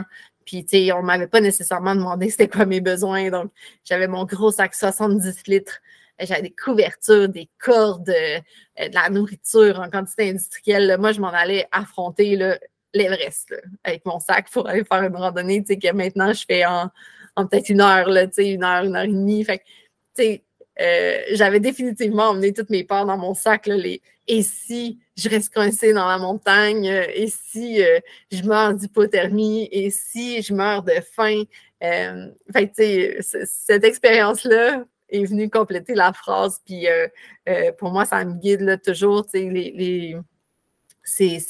Souvent, on fait ça dans la vie, justement. On a tellement peur qu'on veut tellement tout prévoir qu'on va vouloir tout apporter, mais malheureusement, traîner les peurs dans notre sac, on est des items pour faire face à ces peurs-là qui ne sont pas des réels dangers auxquels on s'expose. Et c'est du poids de plus qu'on traîne dans notre sac. Puis à un moment donné, si notre sac est vraiment trop lourd, on peut s'exposer à des dangers. On peut s'exposer au fait de ne plus être capable d'avancer. On s'expose à plus de blessures. Le poids du sac, ça reste que c'est quelque chose d'important. On apprend à le gérer. Moi, ça fait déjà quelques années, j'ai plusieurs longues randonnées à mon actif et je trouve toujours que mon sac est encore trop lourd parce que j'allonge les kilomètres aussi dans les journées. Fait que plus je m'expose à des chaleurs, plus je m'expose à beaucoup de kilomètres, je réalise qu'il y a des choses que finalement, je ne me suis pas servi dans mon sac. Fait qu'à chaque fois, je me dis, bon, mais j'ai peut-être encore une fois apporté un petit peu trop de mes peurs dans mon sac ou un petit peu trop de « et si j'en avais besoin ». Si ce n'est pas quelque chose que je prévois utiliser au quotidien, c'est pas supposé être dans mon sac, sauf si c'est un des 10 essentiels qu'on a parlé au début, évidemment. Fait que la peur, on apprend à se connaître, on apprend à laisser nos peurs de côté, on part bien préparé, puis on se fait confiance, je pense aussi, là, dans tout ça, c'est super important. Le premier principe du livre No Trace, c'est de préparer et prévoir. Donc, une bonne préparation, ça permet de diminuer notre impact sur les sentiers en surveillant les conditions météorologiques, les conditions de sentier, respecter les fermetures de sentiers. Ça permet justement de protéger la nature. Tu sais, le principe du livre No Trace, le but, c'est justement de ne laisser aucune trace de notre passage. Je le dis en anglais, le livre No Trace, en français, c'est le sans trace, les principes du sans trace. Excusez mes anglicismes, là, je parle généralement les deux langues en même temps. Fait que dans le fond, c'est ça. Le but, c'est que notre passage passe le plus incognito possible parce que dans la nature, hein, l'humain s'est beaucoup approprié la nature, mais finalement, on n'est vraiment pas les seuls. Fait que, on s'approprie les montagnes, on s'approprie les sentiers, mais il y a plusieurs autres êtres vivants, des organismes, des micro-organismes. Puis le but, c'est que notre passage n'ait pas d'impact sur toute cette vie-là qui était là avant qu'on passe. Donc, quand on parle de préparer, prévoir comment ça peut diminuer notre impact sur la nature, on pense entre autres les périodes de dégel. Généralement, en fait, à l'automne et au printemps, il va y avoir 2 périodes où à l'automne, il pleut beaucoup. Des sentiers vont être extrêmement affectés par la pluie. Les conditions vont devenir vraiment mauvaises. Il y a énormément de boue dans les sentiers. Puis souvent, le premier réflexe, quand il y a de la boue, ça va être de contourner. Et là, qu'une personne contourne, c'est une chose, mais que 50 personnes, 100 personnes par jour contournent au même endroit, ce qui arrive, c'est vraiment qu'avec le temps, le sentier va élargir, puis ça va tellement affecter l'environnement, puis toute la faune, la flore. Il y a des organismes, là, il y a des plantes qui prennent des centaines d'années à faire leur place, puis à arriver à pousser. Puis quand on contourne comme ça, ben ça détruit les sentiers, puis ça détruit la flore aussi en même temps. Donc c'est vraiment comme ça qu'on peut diminuer notre impact. Même chose pour le dégel. Quand la neige à fond, souvent, là, il y a des trous, fait que là, les gens se mettent à aller le plus autour, puis là, ben, on élargit encore une fois les sentiers. Je prends comme exemple, moi, j'avais fait le Mont des Morios une année, là, en fait, j'avais fait 2 années de suite, puis je suis passée la 2e année, une journée qui pleuvait énormément, puis j'ai trouvé le sentier horrible, visuellement. C'est supposé être un super beau sentier, puis je ne reconnaissais plus le sentier tellement il avait été abîmé, tellement les racines étaient complètement à vif, le sentier c'était rendu une autoroute, tellement il était large, puis c'est vraiment triste parce que on veut faire la promotion de la nature. Chez Life's Better Outside, c'est ça aussi, hein, c'est de faire la promotion des aventures, de jouer dehors, puis c'est la santé globale par le plein air, mais c'est sûr que quand on est plusieurs sur les sentiers puis qu'on ne fait pas attention, bien, à un moment donné, il arrive que des montagnes ferment, des accès ferment. Exemple, le Mont des Morios, techniquement, il y a encore des gens qui le font, mais on n'est plus supposé camper au sommet parce que trop de gens n'ont pas respecté les surfaces, n'ont pas respecté les principes du Centras. Je pense à la montagne verte aussi dans les Laurentides qui a fermé pour le camping au sommet dû au non-respect du Centras, dû au non-respect de la montagne. Puis c'est triste parce qu'après ça, ben, c'est tous les autres qui payent encore une fois pour le non-respect de ça. Donc, même chose, dans le dégel, il y a des sentiers qui vont fermer. Je pense à la traversée de Charlevoix. En fait, plusieurs sentiers, là, même les parcs nationaux, ils vont avoir des sentiers qui ferment.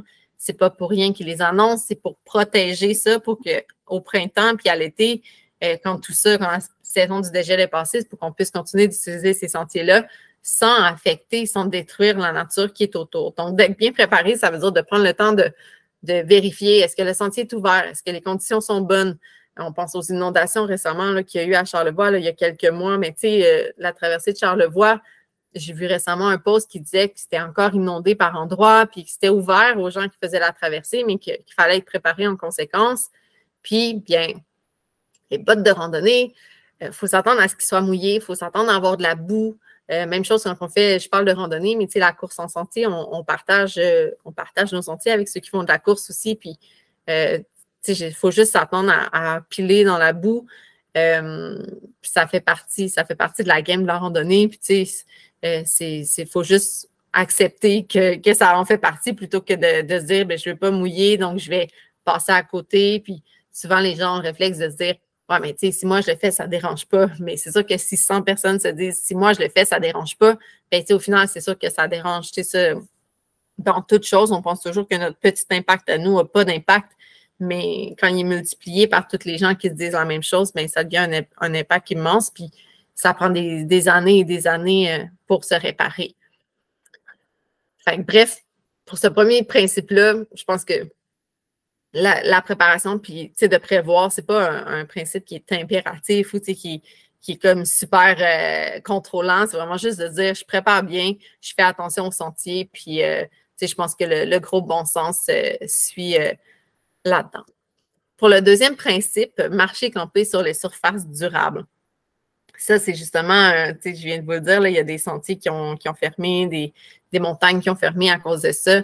Je pense toujours à la région de Charlevoix parce que c'est une super belle région pour la randonnée. Puis personnellement, j'y vais souvent. Puis on pense au sommet des montagnes, les surfaces sont tellement fragiles. C'est des plantes qui prennent des centaines, voire des milliers d'années, juste à avoir un peu de lichen. La végétation est hyper rare. Puis en même temps, elle est hyper importante pour la faune qui vit là, puis pour tout l'écosystème de la place. Souvent, on ne pense pas à ça, justement. Nous, on arrive, on fait la randonnée, on piétine à quelque part, on va aller chercher des bleuets, on va marcher, on va écraser des choses, mais on ne pense pas qu'il y a tout un système qui vit autour. Puis, c'est juste important de rester dans les sentiers. Les sentiers sont là, sont déjà piétinés, sont déjà marqués. on est sur la terre, on n'aura pas d'impact négatif, ils sont là pour ça, mais dès qu'on sort des sentiers, il faut penser que ce qu'on piétine, hein, c'est généralement des centaines d'années de développement, des centaines d'années de pousses, puis que les plantes, ils ont leur propre combat aussi dans cet écosystème-là. Puis quand on les écrase, on les piétine, bien, on affecte ça, puis on affecte l'écosystème, puis on laisse justement des traces. Même chose quand on choisit un campement, puis on va le vivre au Mont-Ham. On ne peut pas poser nos tentes n'importe où. C'est pas toujours évident de trouver un espace qui va être assez plat pour mettre notre tente, un espace qui n'aura pas de plantes, pas de surface fragile. Puis il n'y a pas toujours des plateformes de camping. Quand il y a des plateformes de camping, c'est assez simple.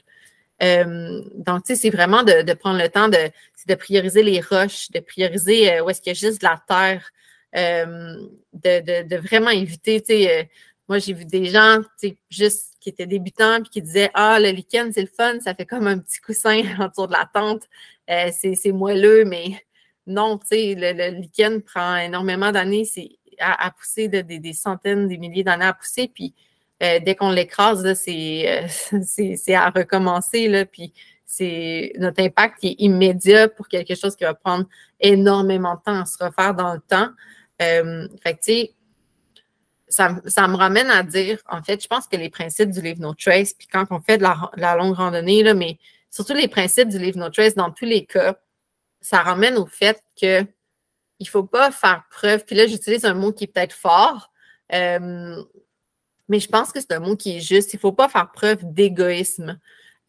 Parce que souvent, puis on va le voir, respecter la faune, respecter les sentiers, puis souvent, on pense à nous. On pense à notre bien-être à nous. Je veux être campé confortable. Je ne veux pas être campé. Je ne veux pas que ma tente soit croche un peu.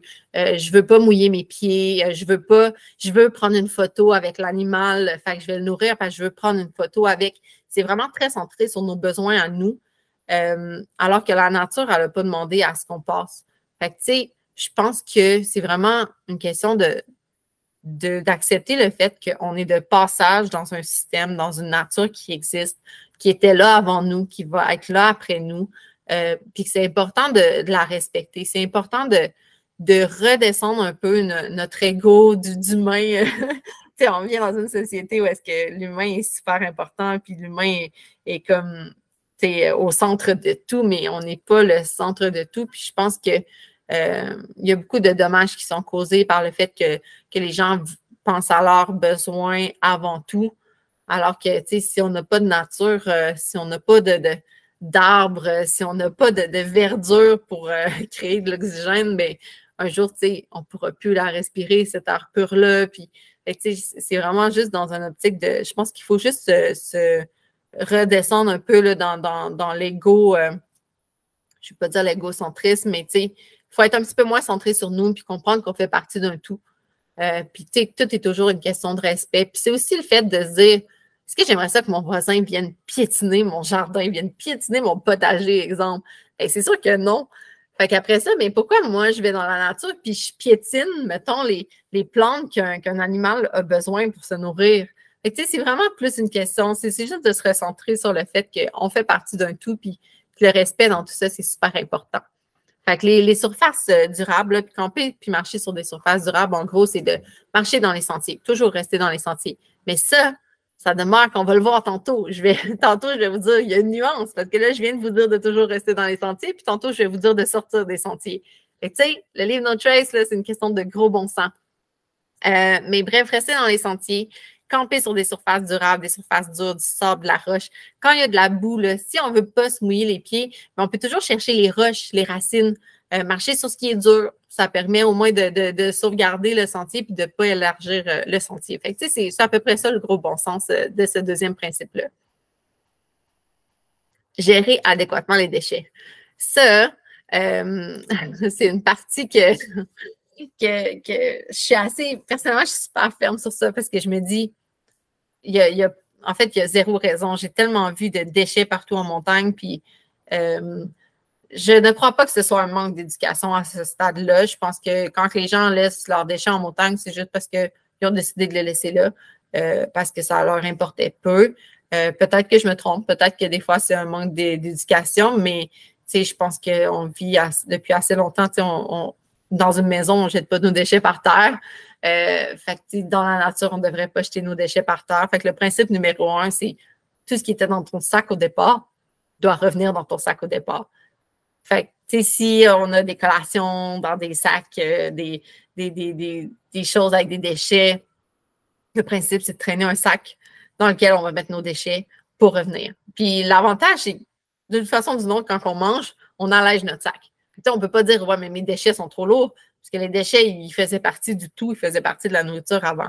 Ne pas laisser les déchets, c'est une règle super simple qui permet de respecter les autres, respecter la nature. On le voit, là, tellement d'animaux là, qui meurent, ils vont manger quelque chose, vont s'étouffer, ils sont plus capables de respirer. Ou, il y a tellement de cas possibles. Nos déchets n'ont pas d'affaires dans la nature. Ils n'étaient pas là avant qu'on passe. Le centrace, c'est qu'ils ne soient pas là quand on repart. Après ça, ben, dans le fond, même chose pour les besoins naturels. Ça, c'est souvent, on entend beaucoup parler, celui-là, il y a beaucoup de débats autour de ça. Puis là, encore une fois, ça vient contredire ce que je vous disais tantôt, rester dans les sentiers. Généralement, quand il faut aller faire des besoins naturels, ben, il faut être à environ 200 pieds des cours d'eau parce qu'on ne veut pas avoir d'impact sur les cours d'eau. 200 pieds des campements et 200 pieds des sentiers. Puis là, ça demande de sortir du sentier puis de faire attention où est-ce qu'on met les pieds.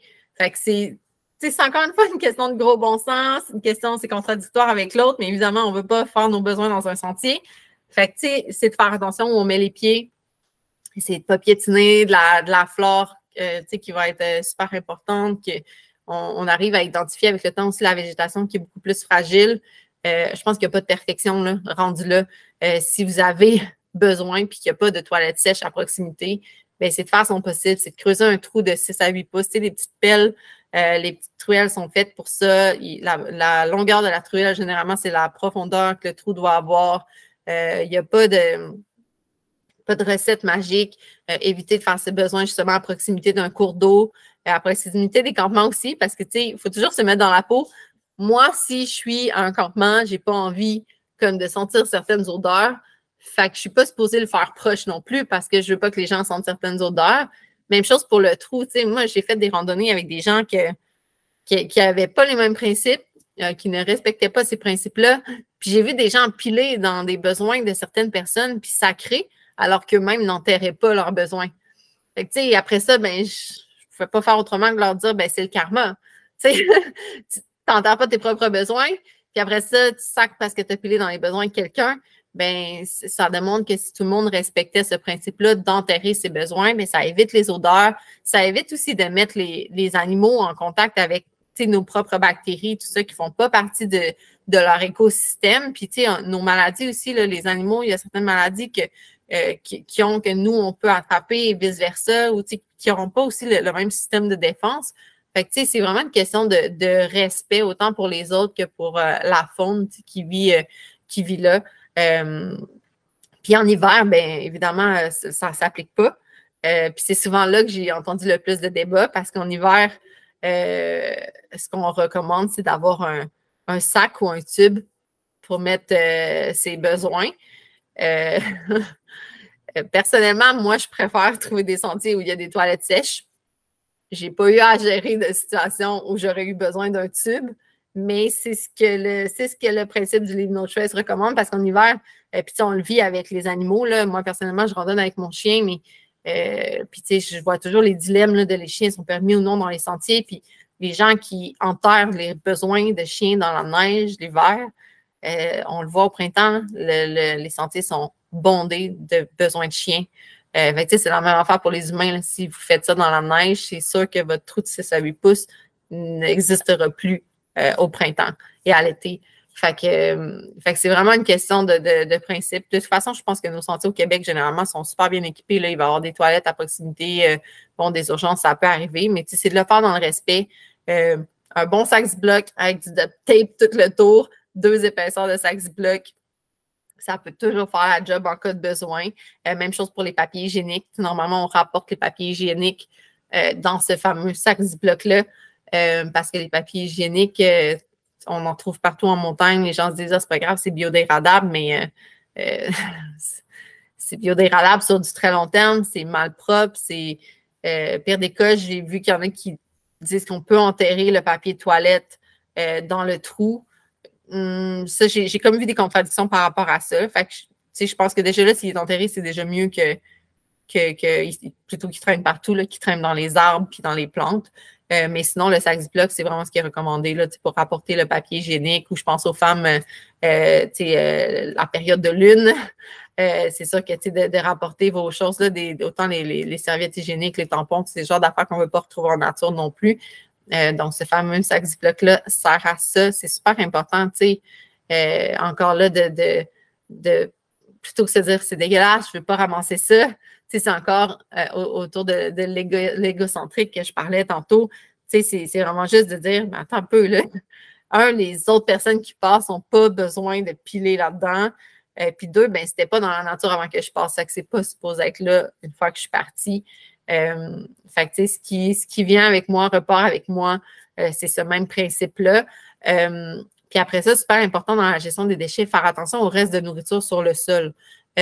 Parce que, souvent, on peut faire des randonnées d'une journée ou des longues randonnées, on s'arrête à un campement, on se fait à manger, mais nous, on ne reste pas nécessairement là pour dormir, ou même si on reste là pour dormir, les restes de nourriture sur le sol vont attirer des animaux, vont attirer des ours, des renards et tout ça. La nourriture n'est pas adaptée pour eux. Il peut y avoir, généralement, ça peut occasionner soit qu'ils vont être malades, soit qu'ils peuvent mourir, selon l'animal, selon ce qu'ils mangent.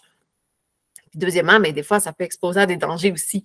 Fait que c'est toujours de penser, pas juste je mange, puis ça ne me dérange pas, il y a des restes sur le sol, moi je m'en vais après. C'est de penser, les gens qui vont passer après, est-ce qu'ils vont avoir une rencontre avec un ours? Est-ce que ça peut causer des dangers? Fait que de ramasser le plus possible, éviter le plus possible les dégâts. Si vraiment il y a des dégâts, essayer d'enterrer le plus possible. Il y a des choses qu'on ne peut pas éviter, encore une fois, là. Si je renverse mon ramen par terre, je vais ramasser le gros, mais je ne pourrais pas ramasser le bouillon qui va avoir été absorbé. Il y a toujours certaines limites, encore une fois, c'est une question de gros bon sens, mais c'est toujours de penser à ceux qui vont passer après. C'est quoi l'impact? Je ne veux pas laisser de la nourriture pour les animaux qui n'est pas adaptée pour eux, puis je veux éviter que des animaux viennent sur le sentier, puis qu'il y ait des rencontres par la suite, puis des risques de danger. Laisser intact ce que l'on trouve. Ça, c'est super simple. Puis encore là, c'est super nuancé. Techniquement, quand on est en nature, ce qui est à sa place devrait rester à sa place. Donc, les pierres, les coquillages, le bois, les fleurs, etc. On n'est pas supposé arracher des fleurs parce que ça fait partie de l'écosystème. Puis s'ils sont là, il y a une raison qu'ils soient là. Il y a certaines fleurs qui sont super rares aussi que les gens peuvent trouver super belles, l'arracher puis l'acheter par terre 2 minutes après. Puis dans le fond, on vient d'arracher quelque chose de super beau que les gens auraient pu apprécier par la suite aussi, puis qui fait partie de cet écosystème-là. Même en fait, on pense aux coquillages, exemple sur la plage, mais les coquillages ont parfois des bactéries et tout ça, puis ça peut emmener des contaminations par la suite de d'autres plages. Fait que c'est encore une fois important de laisser ça où c'est, mais je vais nuancer parce qu'après ça, on a des gens qui vont faire la cueillette de champignons. Pour se nourrir. Il y a des gens qui vont faire de la cueillette de plantes pour se nourrir. Fait que, après ça, encore une fois, tout est toujours relatif. On a tous fait ça, là, ramasser des coquillages sur le bord de la plage puis les emmener chez nous. Bon, je pense que tout est une question de modération puis de gros bon sens. La cueillette pour rien. Cueillir des choses, arracher des choses pour rien, juste dans le but de le cueillir puis le jeter après. Justement, laisser les choses à sa place. Après ça, si vous cueillez des champignons pour vous nourrir, vous cueillez des plantes pour vous nourrir, vous savez ce que vous cueillez et tout ça, ben, je vois pas de mal à la chose parce qu'à un moment donné, la nature, c'est ça aussi. C'est comme les gens qui chassent ou qui pêchent. C'est une question de gros bon sens. Puis, le principe, encore là, est très nuancé, là, selon moi. Minimiser l'impact des feux. Ça, c'est un sujet qui est super important. Puis, selon moi, selon moi, les gens ne sont pas assez informés ou, en fait, là, puis, ma première phrase, c'est ça, il faut déconstruire l'idée que le camping rime avec feu. Selon moi, mon opinion à moi, c'est que si je veux faire un feu puis triper avec des gens, je vais aller dans un endroit qui a un spot à feu qui est fait pour ça. Mais je n'irai pas au sommet du Mont des Morios pour faire plein de feux partout Moi, j'ai vraiment vécu une expérience, en fait, ma dernière expérience où j'ai dormi au sommet du Mont des Morios dans le temps qu'on pouvait dormir. Je suis arrivée au sommet, puis il devait y avoir 50 feux d'allumés. Heureusement, il n'y avait pas d'avertissement de la SOPFEU à ce moment-là, mais c'est super important, premièrement, de surveiller les avertissements de la SOPFEU. En début de saison, là, il y a eu énormément de feux de forêt au Québec, puis il y avait des interdictions partout, puis il y avait quand même des gens qui faisaient des feux en forêt, en montagne, en camping. C'est super important de respecter ça. Là. Les feux, un feu qui n'est pas contrôlé va finir en feu de forêt, puis il y a énormément de feux de forêt qui sont causés par les humains. Là. Donc, si on va en montagne, selon moi, on est en randonnée, le feu devrait servir seulement si on a besoin de cuisiner un petit feu. Puis, tu sais, souvent, nos sentiers de randonnée, on en a plusieurs qui sont adaptés. Ils ont déjà des endroits spécifiques pour faire le feu. Et sinon, on s'assure qu'on est on n'est pas trop proche du bois, on est le plus possible éloigné de où est-ce qu'il y aurait des dangers. On fait un tout petit feu, on se fait un endroit avec des roches comme on peut, tu sais. Mais sinon, autrement, selon moi, le feu, c'est vraiment plus pour si on a un besoin de survie. Puis, souvent, ça va être plus en hiver, donc les risques de feu sont aussi beaucoup moins élevés. Mais je pense que c'est ça la plus grosse idée à déconstruire, c'est que du camping sauvage en contexte de longue randonnée, le feu n'a pas nécessairement sa place. Et si on fait un feu, il faut le faire de façon sécuritaire. Il faut faire le feu le plus petit possible. Puis il faut l'utiliser. Tu sais, normalement, une fois qu'on a cuit ce qu'on avait à cuire ou qu'on s'est réchauffé ou si c'est une question de survie, le feu, on est supposé l'éteindre de façon sécuritaire et s'assurer qu'il n'y a pas de danger. Le sans trace, c'est ça, hein, c'est de ne pas laisser de traces de notre passage. Puis c'est sûr que si on fait un feu, on laisse des traces. Puis si notre feu n'est pas contrôlé puis que ça tourne en feu de forêt, les dommages sont juste complètement terribles là, sur plusieurs, plusieurs kilomètres. Puis ça n'a juste aucun sens. Là. Fait que, déconstruire l'idée de faire des feux. Puis surtout si on en fait, il faut que ce soit nécessaire pour la survie, nécessaire pour la cuisson de la nourriture. Puis que ce soit fait de façon vraiment contrôlée parce que c'est une puissance là, dévastatrice vraiment à ce moment-là. Respecter la vie sauvage, c'est super simple. Ne pas nourrir, ne pas toucher, ne pas approcher. Puis, j'en reviens à ce que je disais tantôt quand je parlais d'égoïsme. Les gens qui, généralement, on est en nature parce qu'on aime la nature, on aime la faune et la flore. C'est sûr que c'est tentant de les approcher, c'est tentant, on les trouve beaux, on a envie de les voir de plus proche, on a envie de les photographier. Sauf que faut les respecter. C'est d'être égoïste, d'approcher un animal, de l'effrayer, de le déstabiliser dans son environnement pour prendre une photo pour les médias sociaux. Ça vaut pas la peine. Ça vaut pas la peine, puis l'animal n'a pas demandé ça. Personnellement, là, j'ai fini une randonnée extrêmement fâchée à un moment donné dans le parc de la Gaspésie parce que j'ai vu un couple en train de donner des bords à un renard pour pouvoir prendre plein de photos puis le toucher. Puis je leur ai dit, vous savez qu'on n'a pas le droit de nourrir les animaux, hein, que c'est pas fait pour eux puis que ça peut les tuer. Puis le monsieur m'a répondu, ouais, mais il n'a même pas fini sa phrase. Puis j'étais comme, ouais, mais vous le savez. Puis là, vous me dites que vous le faites quand même. Fait que, tu sais, là, finalement, j'ai pas tenu mon bout parce que ça servait à rien. J'essayais d'éduquer la personne, puis de toute évidence, il préférait prendre des photos avec sa femme, avec le renard. Mais ça a fait en sorte qu'après ça, le renard a continué de flâner, tu sais, autour du refuge où est-ce qu'il était. Moi, je l'observais de loin. J'appréciais le moment. Malheureusement, j'ai probablement eu cette chance-là parce qu'ils l'ont nourri. Mais tant qu'à ce qu'il soit là, je me suis éloignée, je me suis permis de l'observer. Puis le renard, bien évidemment, il a été amadoué, il a reçu des choses, il a essayé de partir avec un bâton de randonnée, tu sais, de la dame, puis une partie de moi a voulu le laisser partir. Je me suis dit, bon, le karma agit, mais bon, j'ai fait peur au renard pour pouvoir remettre le bâton, puis je suis allée avertir les gens que tu sais, de faire attention à leurs choses, puis que justement, tu sais, de nourrir un renard, de nourrir un animal, ça change ses comportements. Puis lui, après ça, bien, ils vont en demander plus, puis il va vouloir continuer de rôder autour du refuge, puis après ça, il va devenir dépendant. Fait qu'il ne pourra plus se nourrir par lui-même. Il va toujours attendre que les humains soient là. Puis surtout, la nourriture qui lui est donnée, va finir par le tuer. Là. Je pense à une marque là, dans le parc national de la Jacques-Cartier, là, quand on faisait le Sentier des Loups, c'était super connu. Il y avait 2 petites martres qui étaient toujours là. Et de toute évidence, les 2 petites martres étaient toujours là parce que les gens les nourrissaient. Et un jour, il y a une des 2 martres qui a été retrouvée morte.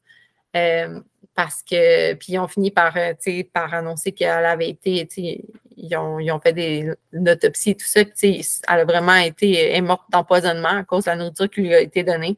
Puis encore une fois, c'est juste parce que les gens voulaient prendre des photos. Fait que la vie sauvage, il faut la respecter. Il n'y a aucune photo puis aucune vidéo qui va de toute façon équivaloir au moment, à la beauté qu'on peut vivre quand on l'observe de loin, quand on observe l'animal dans son comportement normal, qui n'est pas dans la peur, qui se sent en sécurité. C'est ça qui est beau. C'est ça qui est une richesse. Puis les médias sociaux, les photos qu'on prend, ça ne vaut pas le moment qu'on peut vivre si on les respecte, qu'on ne les approche pas puis qu'on ne les touche pas. Finalement, le dernier des principes du livre No Trace, et puis ça termine quasiment la rencontre aussi, là, respecter les autres usagers. Fait que, je l'ai mentionné quand même tout le long, toujours penser aux autres qui vont passer après. C'est ça, il ne faut pas être centré sur nous, il faut penser qu'on est plusieurs centaines de personnes, voire des milliers de personnes sur une année à utiliser certains sentiers. Fait que le but, c'est de ne pas laisser de traces, mais aussi de respecter. Je dis la nature a sa propre symphonie, c'est parce que la musique, justement, là, on fait des randonnées des fois, puis des gens ils ont presque leur boombox là, sur l'épaule, la grosse musique forte ou ça parle super fort. Normalement, on est en nature parce qu'on veut apprécier la nature.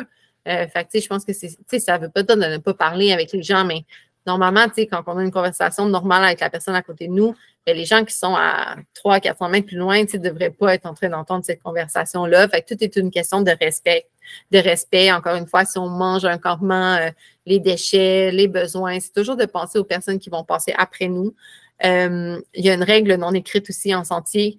Quand un sentier est trop étroit pour qu'on passe tous les deux puis qu'on est dans une pente, la priorité est à ceux qui montent. Ça, c'est une règle non écrite que plusieurs ignorent, mais quand on la connaît, c'est super le fun parce que, généralement, quand on monte, ça demande beaucoup plus d'efforts.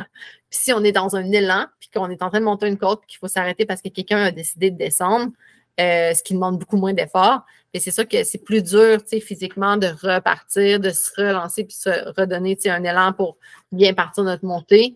De retomber dans le beat, si on veut, que pour quelqu'un qui descend, qui n'a pas besoin de... Après ça, c'est sûr que moi, c'est arrivé que je montais, puis les gens ont voulu me laisser passer, puis j'ai dit non, c'est correct, je vais profiter de votre descente pour faire une pause. Mais autrement, c'est vraiment juste une règle de courtoisie générale qu'on utilise dans les sentiers, priorité à ceux qui montent.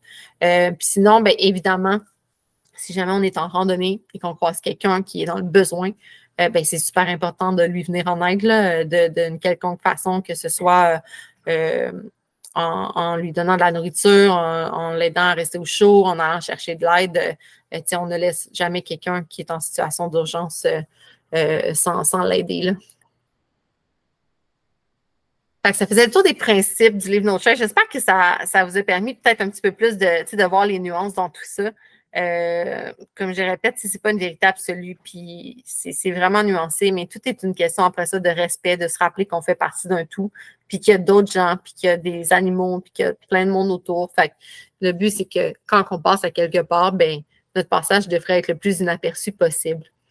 Un des derniers éléments là, que je voulais apporter, puis je l'ai mentionné un peu tout le long aussi, connaître ses limites. La longue randonnée, ça reste qu'on s'expose quand on est en longue randonnée à plusieurs choses qui vont parfois être hors de notre contrôle. Il y a des choses qu'on aura beau bien planifier. Ce sera pas, on ne pourra pas tout planifier. Il y aura toujours des situations imprévues. Je dis toujours qu'une aventure sans péripéties n'est pas une aventure. Puis honnêtement, des aventures, j'en ai à chaque fois. Chaque fois que j'ai beau tout prévoir, il y a des choses que je ne penserais pas ou il y a des choses qui vont arriver que je n'avais pas prévues. Mais malgré tout, quand on connaît ses limites, ça fait en sorte qu'on est capable de gérer les situations imprévues. Quand on part en randonnée, qu'on parte à plusieurs, quand on part à plusieurs, là, on n'a pas tous le même rythme, on n'a pas tous la même capacité, on a tous des situations qui sont différentes. Je pense aussi à quand on part avec des animaux. Parce que les animaux, c'est super le fun, c'est partir en randonnée avec son chien ou avec son chiot, mais ne serait-ce que le chiot, pour sa croissance, a certaines limitations qu'il ne faut pas dépasser en termes de vitesse, de kilométrage par jour. Le chien, en général, il va avoir ses propres besoins aussi. Là, ses besoins, nous, on a faim, puis on ne sait pas là, si notre chien a faim ou il a soif. Il n'y a pas nécessairement faim en même temps que nous. Il n'y a pas nécessairement soif en même temps que nous. Il y a certaines surfaces qu'on va monter. On va faire un petit peu de... Il faut escalader un peu des roches. Il faut penser à l'effort physique que ça demande à l'animal ou aux gens qui nous accompagnent. Là, je parle vraiment de tout le monde parce que il y en a plusieurs qui font des randonnées avec leurs animaux. Je le fais aussi. Puis, le respect des limites, ça s'applique vraiment à tout le monde pour éviter que tout le monde soit en sécurité tout le long de l'expérience, tout le long de la randonnée. Quand on planifie une longue randonnée, c'est de prendre le temps d'évaluer les capacités de tout le monde, les limites de tout le monde, bien connaître c'est quoi le maximum de kilomètres qu'une personne a fait jusqu'à maintenant dans une journée ou dans une longue randonnée, le niveau de dénivelé positif, c'est quoi, est-ce que la personne a des maladies, des situations de santé à connaître? Après ça, est-ce que tout le monde a tout apporté? C'est une chose de gérer son propre sac, mais quand on part à plusieurs, je fais une référence avec l'escalade. Quand on fait de l'escalade, qu'on est en corde, en moulinette, en longue cordée, dans le fond, l'un est responsable de l'autre. On ne va jamais laisser quelqu'un monter sans avoir vérifié son nœud, sans avoir vérifié son harnais.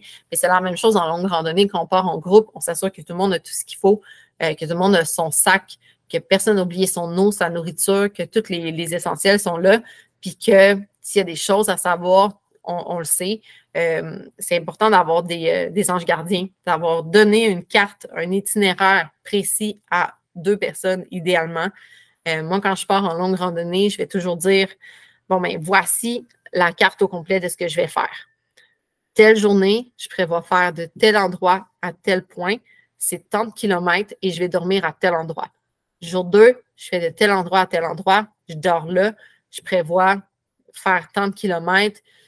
Si jamais, puis après ça, je vais dire, ça se pourrait que si jamais il y a quoi que ce soit, ce jour-là, je vais peut-être arrêter plutôt à cet endroit-là. C'est de donner le plus d'informations possible pour que si jamais il arrive quoi que ce soit, si on ne donne pas de nouvelles, que la personne qui est l'ange gardien soit en mesure de contacter les secours.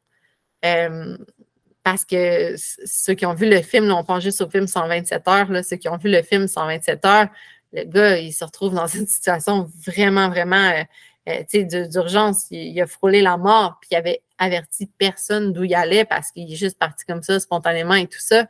Alors que s'il avait avisé les gens, une personne aurait su, s'il ne m'a pas appelé à 21 heures, c'est qu'il est possiblement en danger. Donc, voici le plan d'action que je dois faire. C'est vraiment une question de rassurer les gens aussi autour de nous quand on part en longue randonnée, que s'il y a quoi que ce soit, ils savent comment intervenir. Puis ça montre aussi qu'on a fait une bonne planification. Si on est capable de donner un bon plan à une personne de qu'est-ce qu'on fait, ça montre qu'on est bien préparé aussi, qu'on sait déjà ce qu'on fait. Puis c'est super bon signe qu'on peut partir en sécurité. Puis tout ça me mène à mentionner, dans le fond, le non-respect des limites de chacun, ça peut mener à des situations de danger puis d'évacuation d'urgence. Le non-respect des limites, mais aussi le manque de préparation. Parce que la préparation, là, on en parlera un petit peu plus à l'activité, dans le fond, sur place. Là. Mais tu sais, la préparation, c'est primordial. C'est ça qui nous permet d'avoir le plus de contrôle sur la situation, sur notre randonnée, puis que ce soit le plus agréable possible. Une évacuation d'urgence, ça coûte énormément cher. Ça coûte cher à la personne qui se fait évacuer. On parle de plusieurs personnes impliquées. Là. J'ai en tête une évacuation qu'il y a eu à Sutton un hiver à un moment donné, puis on le voyait, là, c'était des policiers, des pompiers, des ambulanciers, une opération qui a duré comme peut-être 4 à 6 heures pour trouver la personne qui était partie faire une randonnée, pas habillée pour la situation, puis sans frontal, puis était partie comme à 4 heures un soir en plein hiver, là, alors que le soleil se couche pas mal à cette heure-là. La personne a perdu son chemin.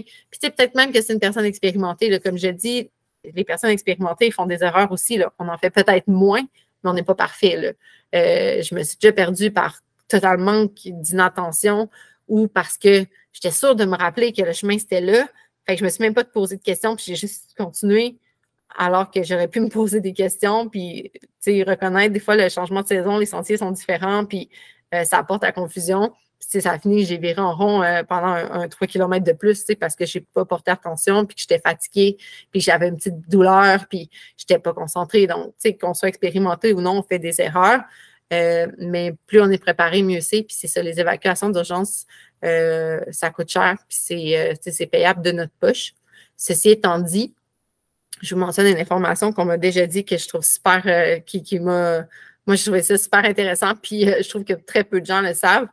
Si vous êtes membre de Rando Québec qui est un super bel organisme là, avec des beaux outils, autant des beaux outils pour trouver des sentiers, qu'ils ont des blogs, ils ont plein de bonnes informations. Quand on est membre du magazine Rando Québec, ça nous donne accès à une assurance de, si je ne me trompe pas, c'est 20 ou 25 000 en cas d'évacuation. Puis c'est pas juste au Québec.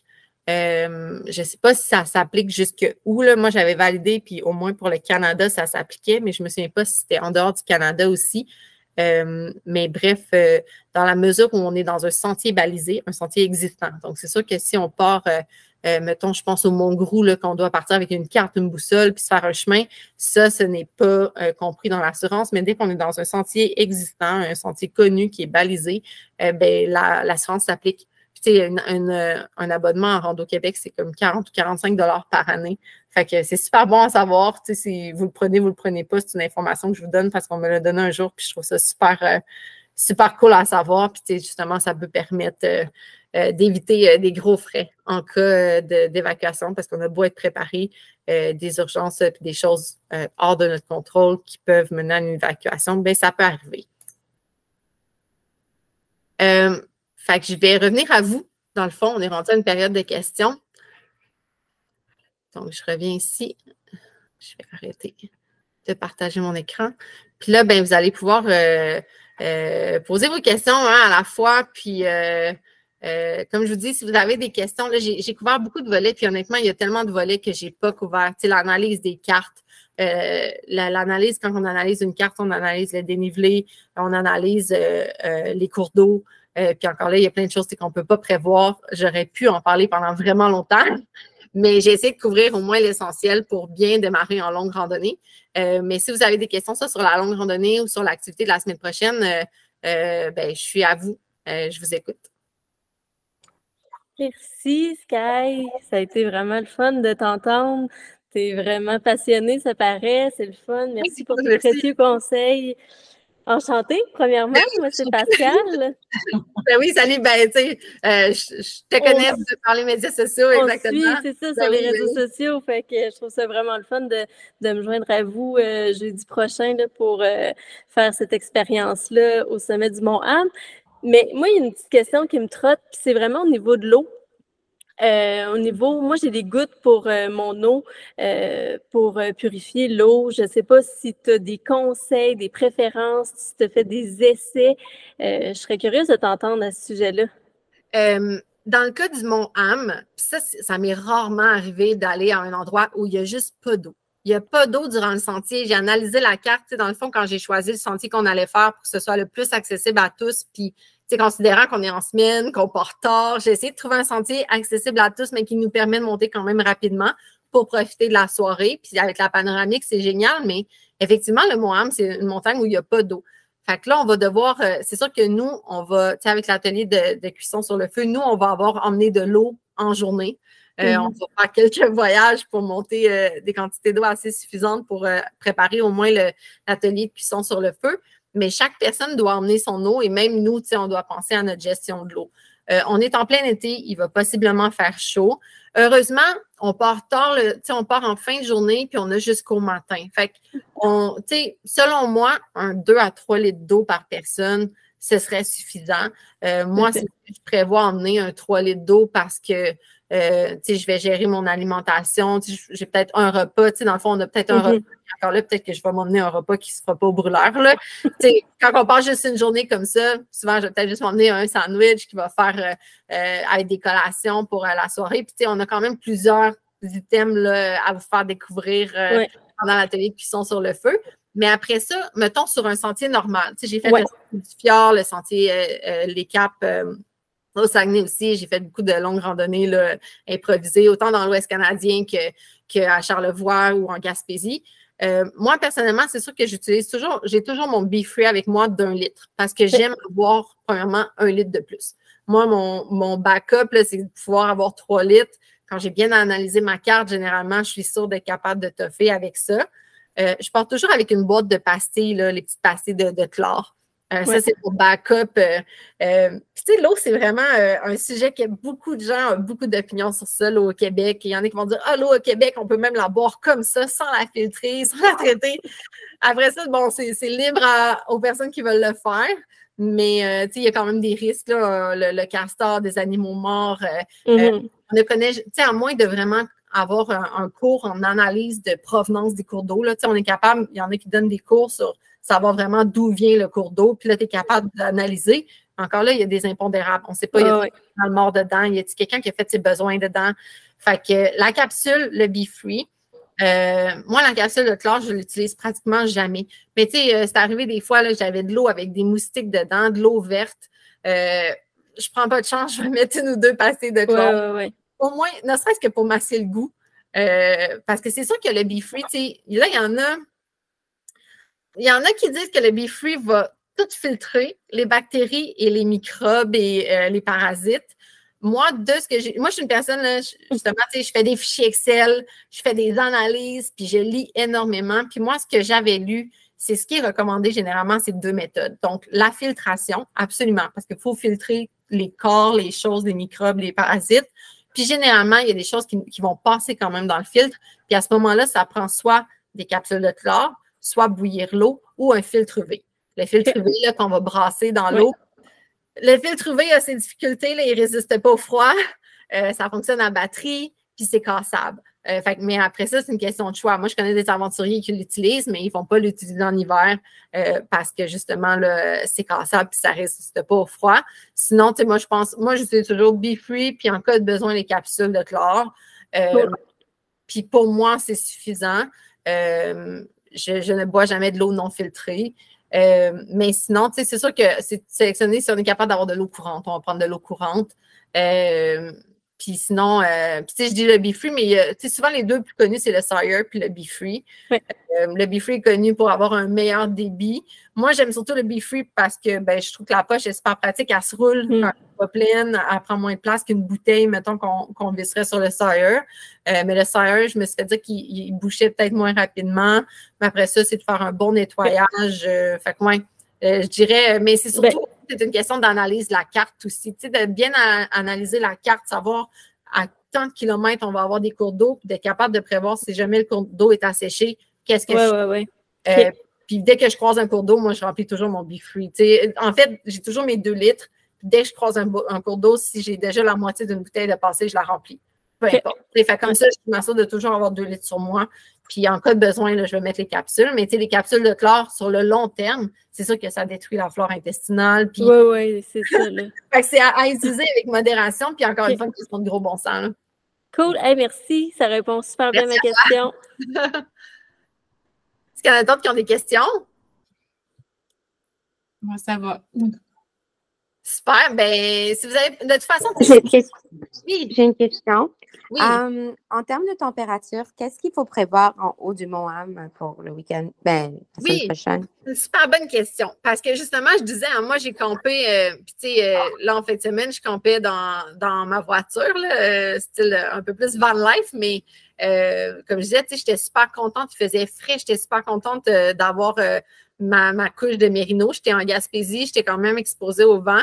Je ne sais pas à Québec s'il faisait aussi froid, mais la pleine lune ne veut pas. La pleine lune, c'est le moment où on est le plus éloigné du soleil. Donc, à chaque fois qu'on a une pleine lune, on sait que la semaine d'avant, la semaine d'après et la semaine de la pleine lune, c'est toujours un peu plus frais. Puis, au sommet du Mont Ham, l'avantage qu'on a, c'est qu'on n'est pas directement au sommet. On est comme dans un petit creux là, de la montagne, mais on peut quand même être exposé au vent.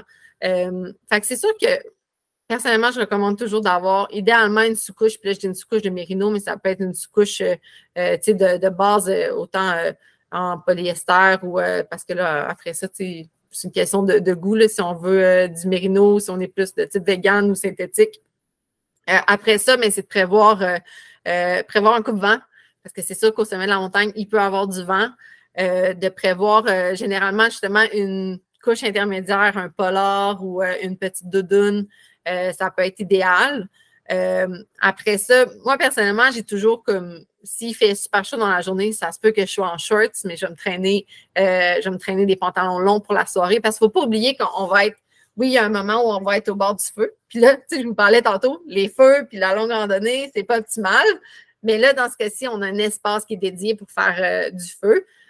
Puis d'ailleurs, tu sais, le principe du Mont Ham, c'est que quand on part en longue randonnée avec camping au sommet, c'est que chacun apporte 1 à 3 bûches selon ses capacités. Fait que, ça se peut que quelqu'un me dise, moi, je suis pas capable d'en monter. Puis quelqu'un me dise, ben moi, j'en monte 3. Fait que, chacun, le but, c'est qu'ensemble, on monte le bois jusqu'en haut pour pouvoir se faire un feu, cuisiner sur le feu. Mais il ne faut pas s'attendre à ce que ce soit un feu qui va durer non plus toute la nuit. Fait qu'on ne peut pas se fier sur le feu pour se réchauffer. Le but, c'est vraiment de faire, on fait un atelier de cuisine sur le feu, dans une optique aussi de longue randonnée, qu'est-ce qu'on peut cuisiner, qui est goûteux, puis qui est le fun à manger, qui se prépare bien. Mais on va être en mode observation d'étoiles. Le matin, on a la méditation avec les arbres fleuris, avec un petit yoga là, d'ancrage et tout ça. On n'est pas en activité au sommet. Fait que ça se peut qu'il fasse plus froid, surtout si on a eu chaud pour monter au sommet. Fait que c'est sûr que c'est ça, c'est de penser s'emmener peut-être un kit de rechange. Parce que si on montre qu'on a chaud, ben, on va peut-être vouloir mettre des vêtements secs rendus au sommet. Fait que peut-être un kit plus long. J'ai pas regardé la météo encore parce que je trouve que c'est encore trop tôt, c'est beaucoup trop changeant généralement, mais vu qu'on prévoit regarder les étoiles et tout ça quand même tard, ben, il faut s'assurer d'être bien protégé du froid. C'est toujours quelques degrés plus froid au sommet d'une montagne. Hein. Des fois, on peut même avoir jusqu'à 10 degrés d'écart. Puis, le Mont Ham est quand même à 713 mètres d'altitude, là, ce qui est quand même pas, c'est pas une grosse montagne, mais c'est pas une petite montagne non plus. Fait que, ouais, d'avoir idéalement une sous-couche, une couche de base, là, style polaire. Éviter le coton. Le coton conserve l'humidité, donc ça garde plus au froid. Là. Souvent, on pense avoir juste un coton ouaté. C'est pas idéal, même si je l'ai fait moi aussi. Puis, dans la mesure où on n'a pas transpiré dedans avant, ça peut amplement faire la job. Là, je reviens sur le fait que tout est accessible à tout le monde. Puis, il ne faut pas tomber dans le zèle non plus. Mais d'avoir un coupe-vent. Je pense que le coupe-vent va bien jouer aussi pour se protéger s'il y a du vent au sommet. Pensez à avoir des vêtements en cas de pluie. On croise les doigts qu'il n'y en ait pas, mais si jamais il y a une petite pluie ou une petite heure de pluie ou quoi que ce soit, il faut être capable d'être protégé aussi dans ce cas-là. Puis de penser à avoir justement, si on a une couche de base chaude là, pour la nuit avec un bon sleeping bag.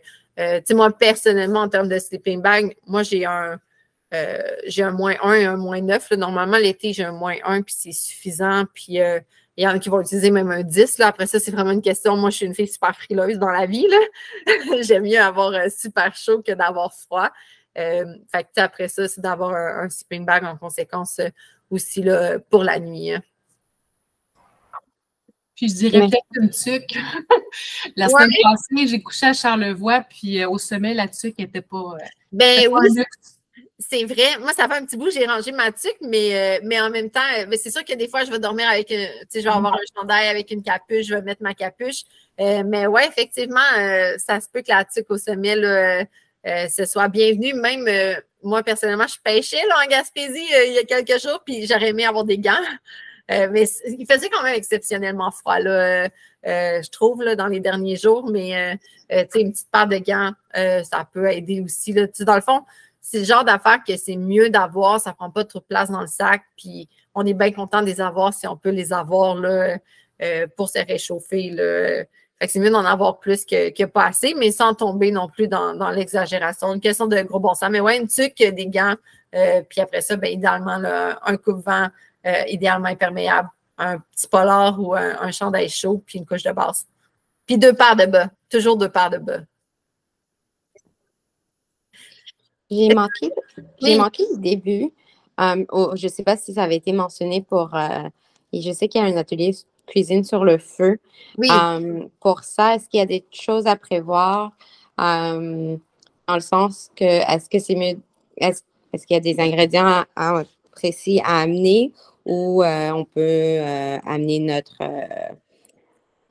les Oui. kits de bouffe sèche? Dans le fond, l'atelier cuisine sur le feu, nous, ce qu'on fait, c'est qu'on vous prépare des petites choses pour vous faire goûter, vous faire, tu sais, il y a des choses que c'est moins adapté à la longue randonnée, mais que c'est le fun à cuisiner. Ça se cuisine bien, puis ça donne des petits trucs. Tu sais, que des fois, quand on va faire juste une nuit en montagne, on se permet d'emmener un petit peu plus de luxe dans notre sac. Là, moi, personnellement, tu sais, j'ai mangé de la fondue au chocolat, de la fondue au chocolat au sommet d'une montagne parce que je savais que je faisais juste un aller-retour, puis c'est le fun de se payer des petits luxes. On vous a préparé des choses un petit peu plus luxueuses. On a d'autres mecs, c'est vraiment des mecs que vous pouvez emmener en longue randonnée qui sont super le fun, qui sont goûteux.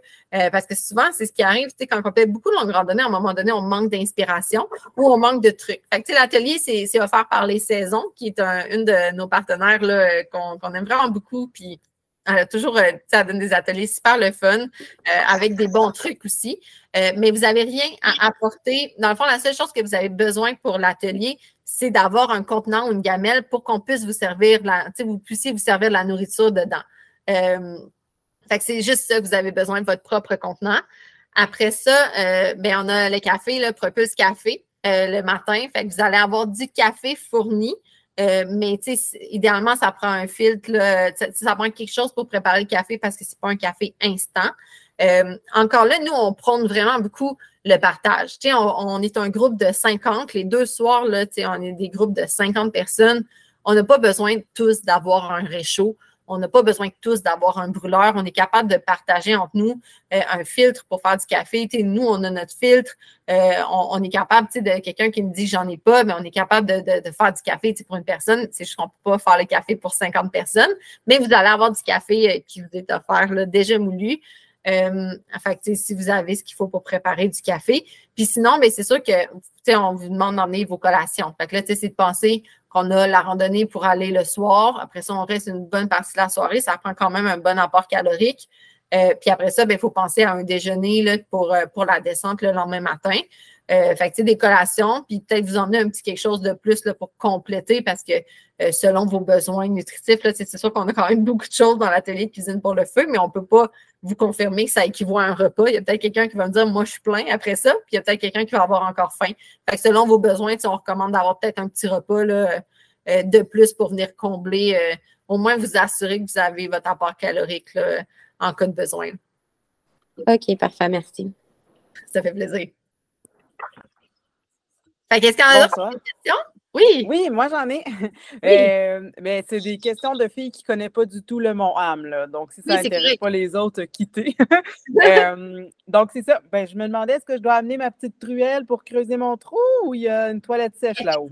Il y a une toilette sèche en haut. Donc, c'est juste d'apporter votre papier hygiénique parce que le papier hygiénique n'est pas fourni. Mais oui, c'est une bonne question. Puis, je me demande si on l'avait je pense qu'on l'avait mentionné dans les fax là, sur le site web, mais effectivement, donc, on est 50 personnes, il y a une toilette sèche, mais ça se peut qu'on doive attendre un petit peu, mais normalement, on ne devrait pas avoir besoin de la truelle. D'accord, parfait. Et donc, c'est ça, on monte par la panoramique et on redescend par la panoramique si on suit le groupe, en fait, c'est ça? C'est ça, parce qu'en fait, après ça, c'est libre à vous, ceux qui veulent partir d'avance. Tout ce qu'on demande, c'est d'attendre que tout le monde soit là pour le campement parce que l'espace est quand même super limité en tente. Il y a le groupe Facebook, ceux qui sont seuls dans leur tente pour 2 ou une tente pour 3.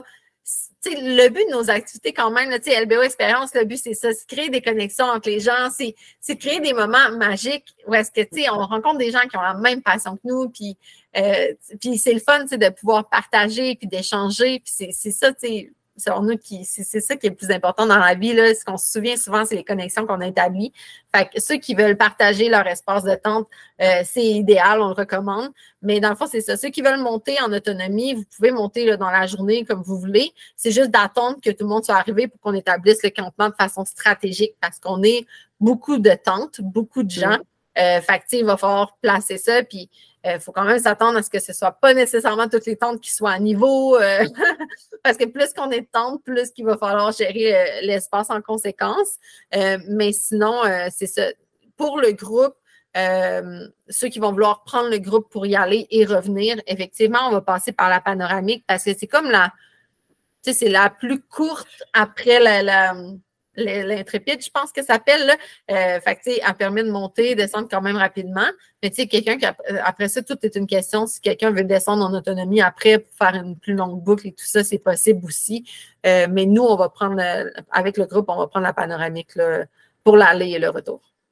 D'accord. Et si je pose la question pour une de mes amies qui ne pouvait pas être là ce soir, bon, une personne qui a peur des hauteurs, par exemple, dans des sentiers étroits sur bord de falaise, est-ce qu'on va être exposé à ça par la panoramique ou non? Normalement, non. Là, moi, personnellement, je ne l'ai pas fait encore la panoramique. Je vais l'avoir faite quelques fois dans la journée déjà, mais j'ai vraiment, tu sais, j'ai analysé la carte. J'ai analysé la carte avec AllTrails aussi pour m'assurer du sentier, du dénivelé et tout ça. Puis, c'est pas ce genre de sentier-là, là, au Mont-Ham qu'on a. C'est surtout considéré comme un sentier technique à cause, tu sais, des fois, ça peut arriver, il faut monter un petit peu une roche où il y a des racines beaucoup, puis il y a la panoramique n'a pas trop de dénivelé, mais c'est quand même un 300 quelques de dénivelé sur 2,7 km. Fait que, ça monte quand même. On va y aller à un rythme. Dans le fond, quelqu'un qui est moins habitué peut partir en autonomie, mais le rythme là, du groupe va quand même être lent. Là. Tout le monde peut aller à son rythme, puis c'est correct. Une fois que le groupe est parti, c'est pas tout le monde qui va arriver en haut en même temps, puis c'est super correct aussi. Je prône le fait de respecter ses limites. Mais non, là, normalement, là, pour quelqu'un qui a peur des hauteurs, c'est correct. Là. Après ça, c'est juste une fois au sommet, c'est une question de décider où on va. Là. Mais il y a de la place en masse aussi pour se sentir en sécurité au sommet, là, sans être au bord de la falaise. Génial, merci. Merci.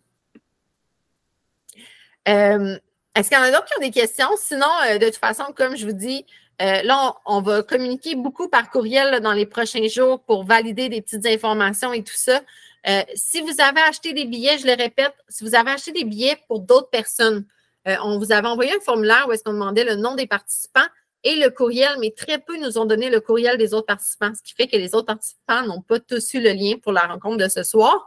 Mais ça permet aussi, ça fait en sorte que, dans le fond, il y a certaines questions qu'on aurait aimé poser là, sur, mettons, les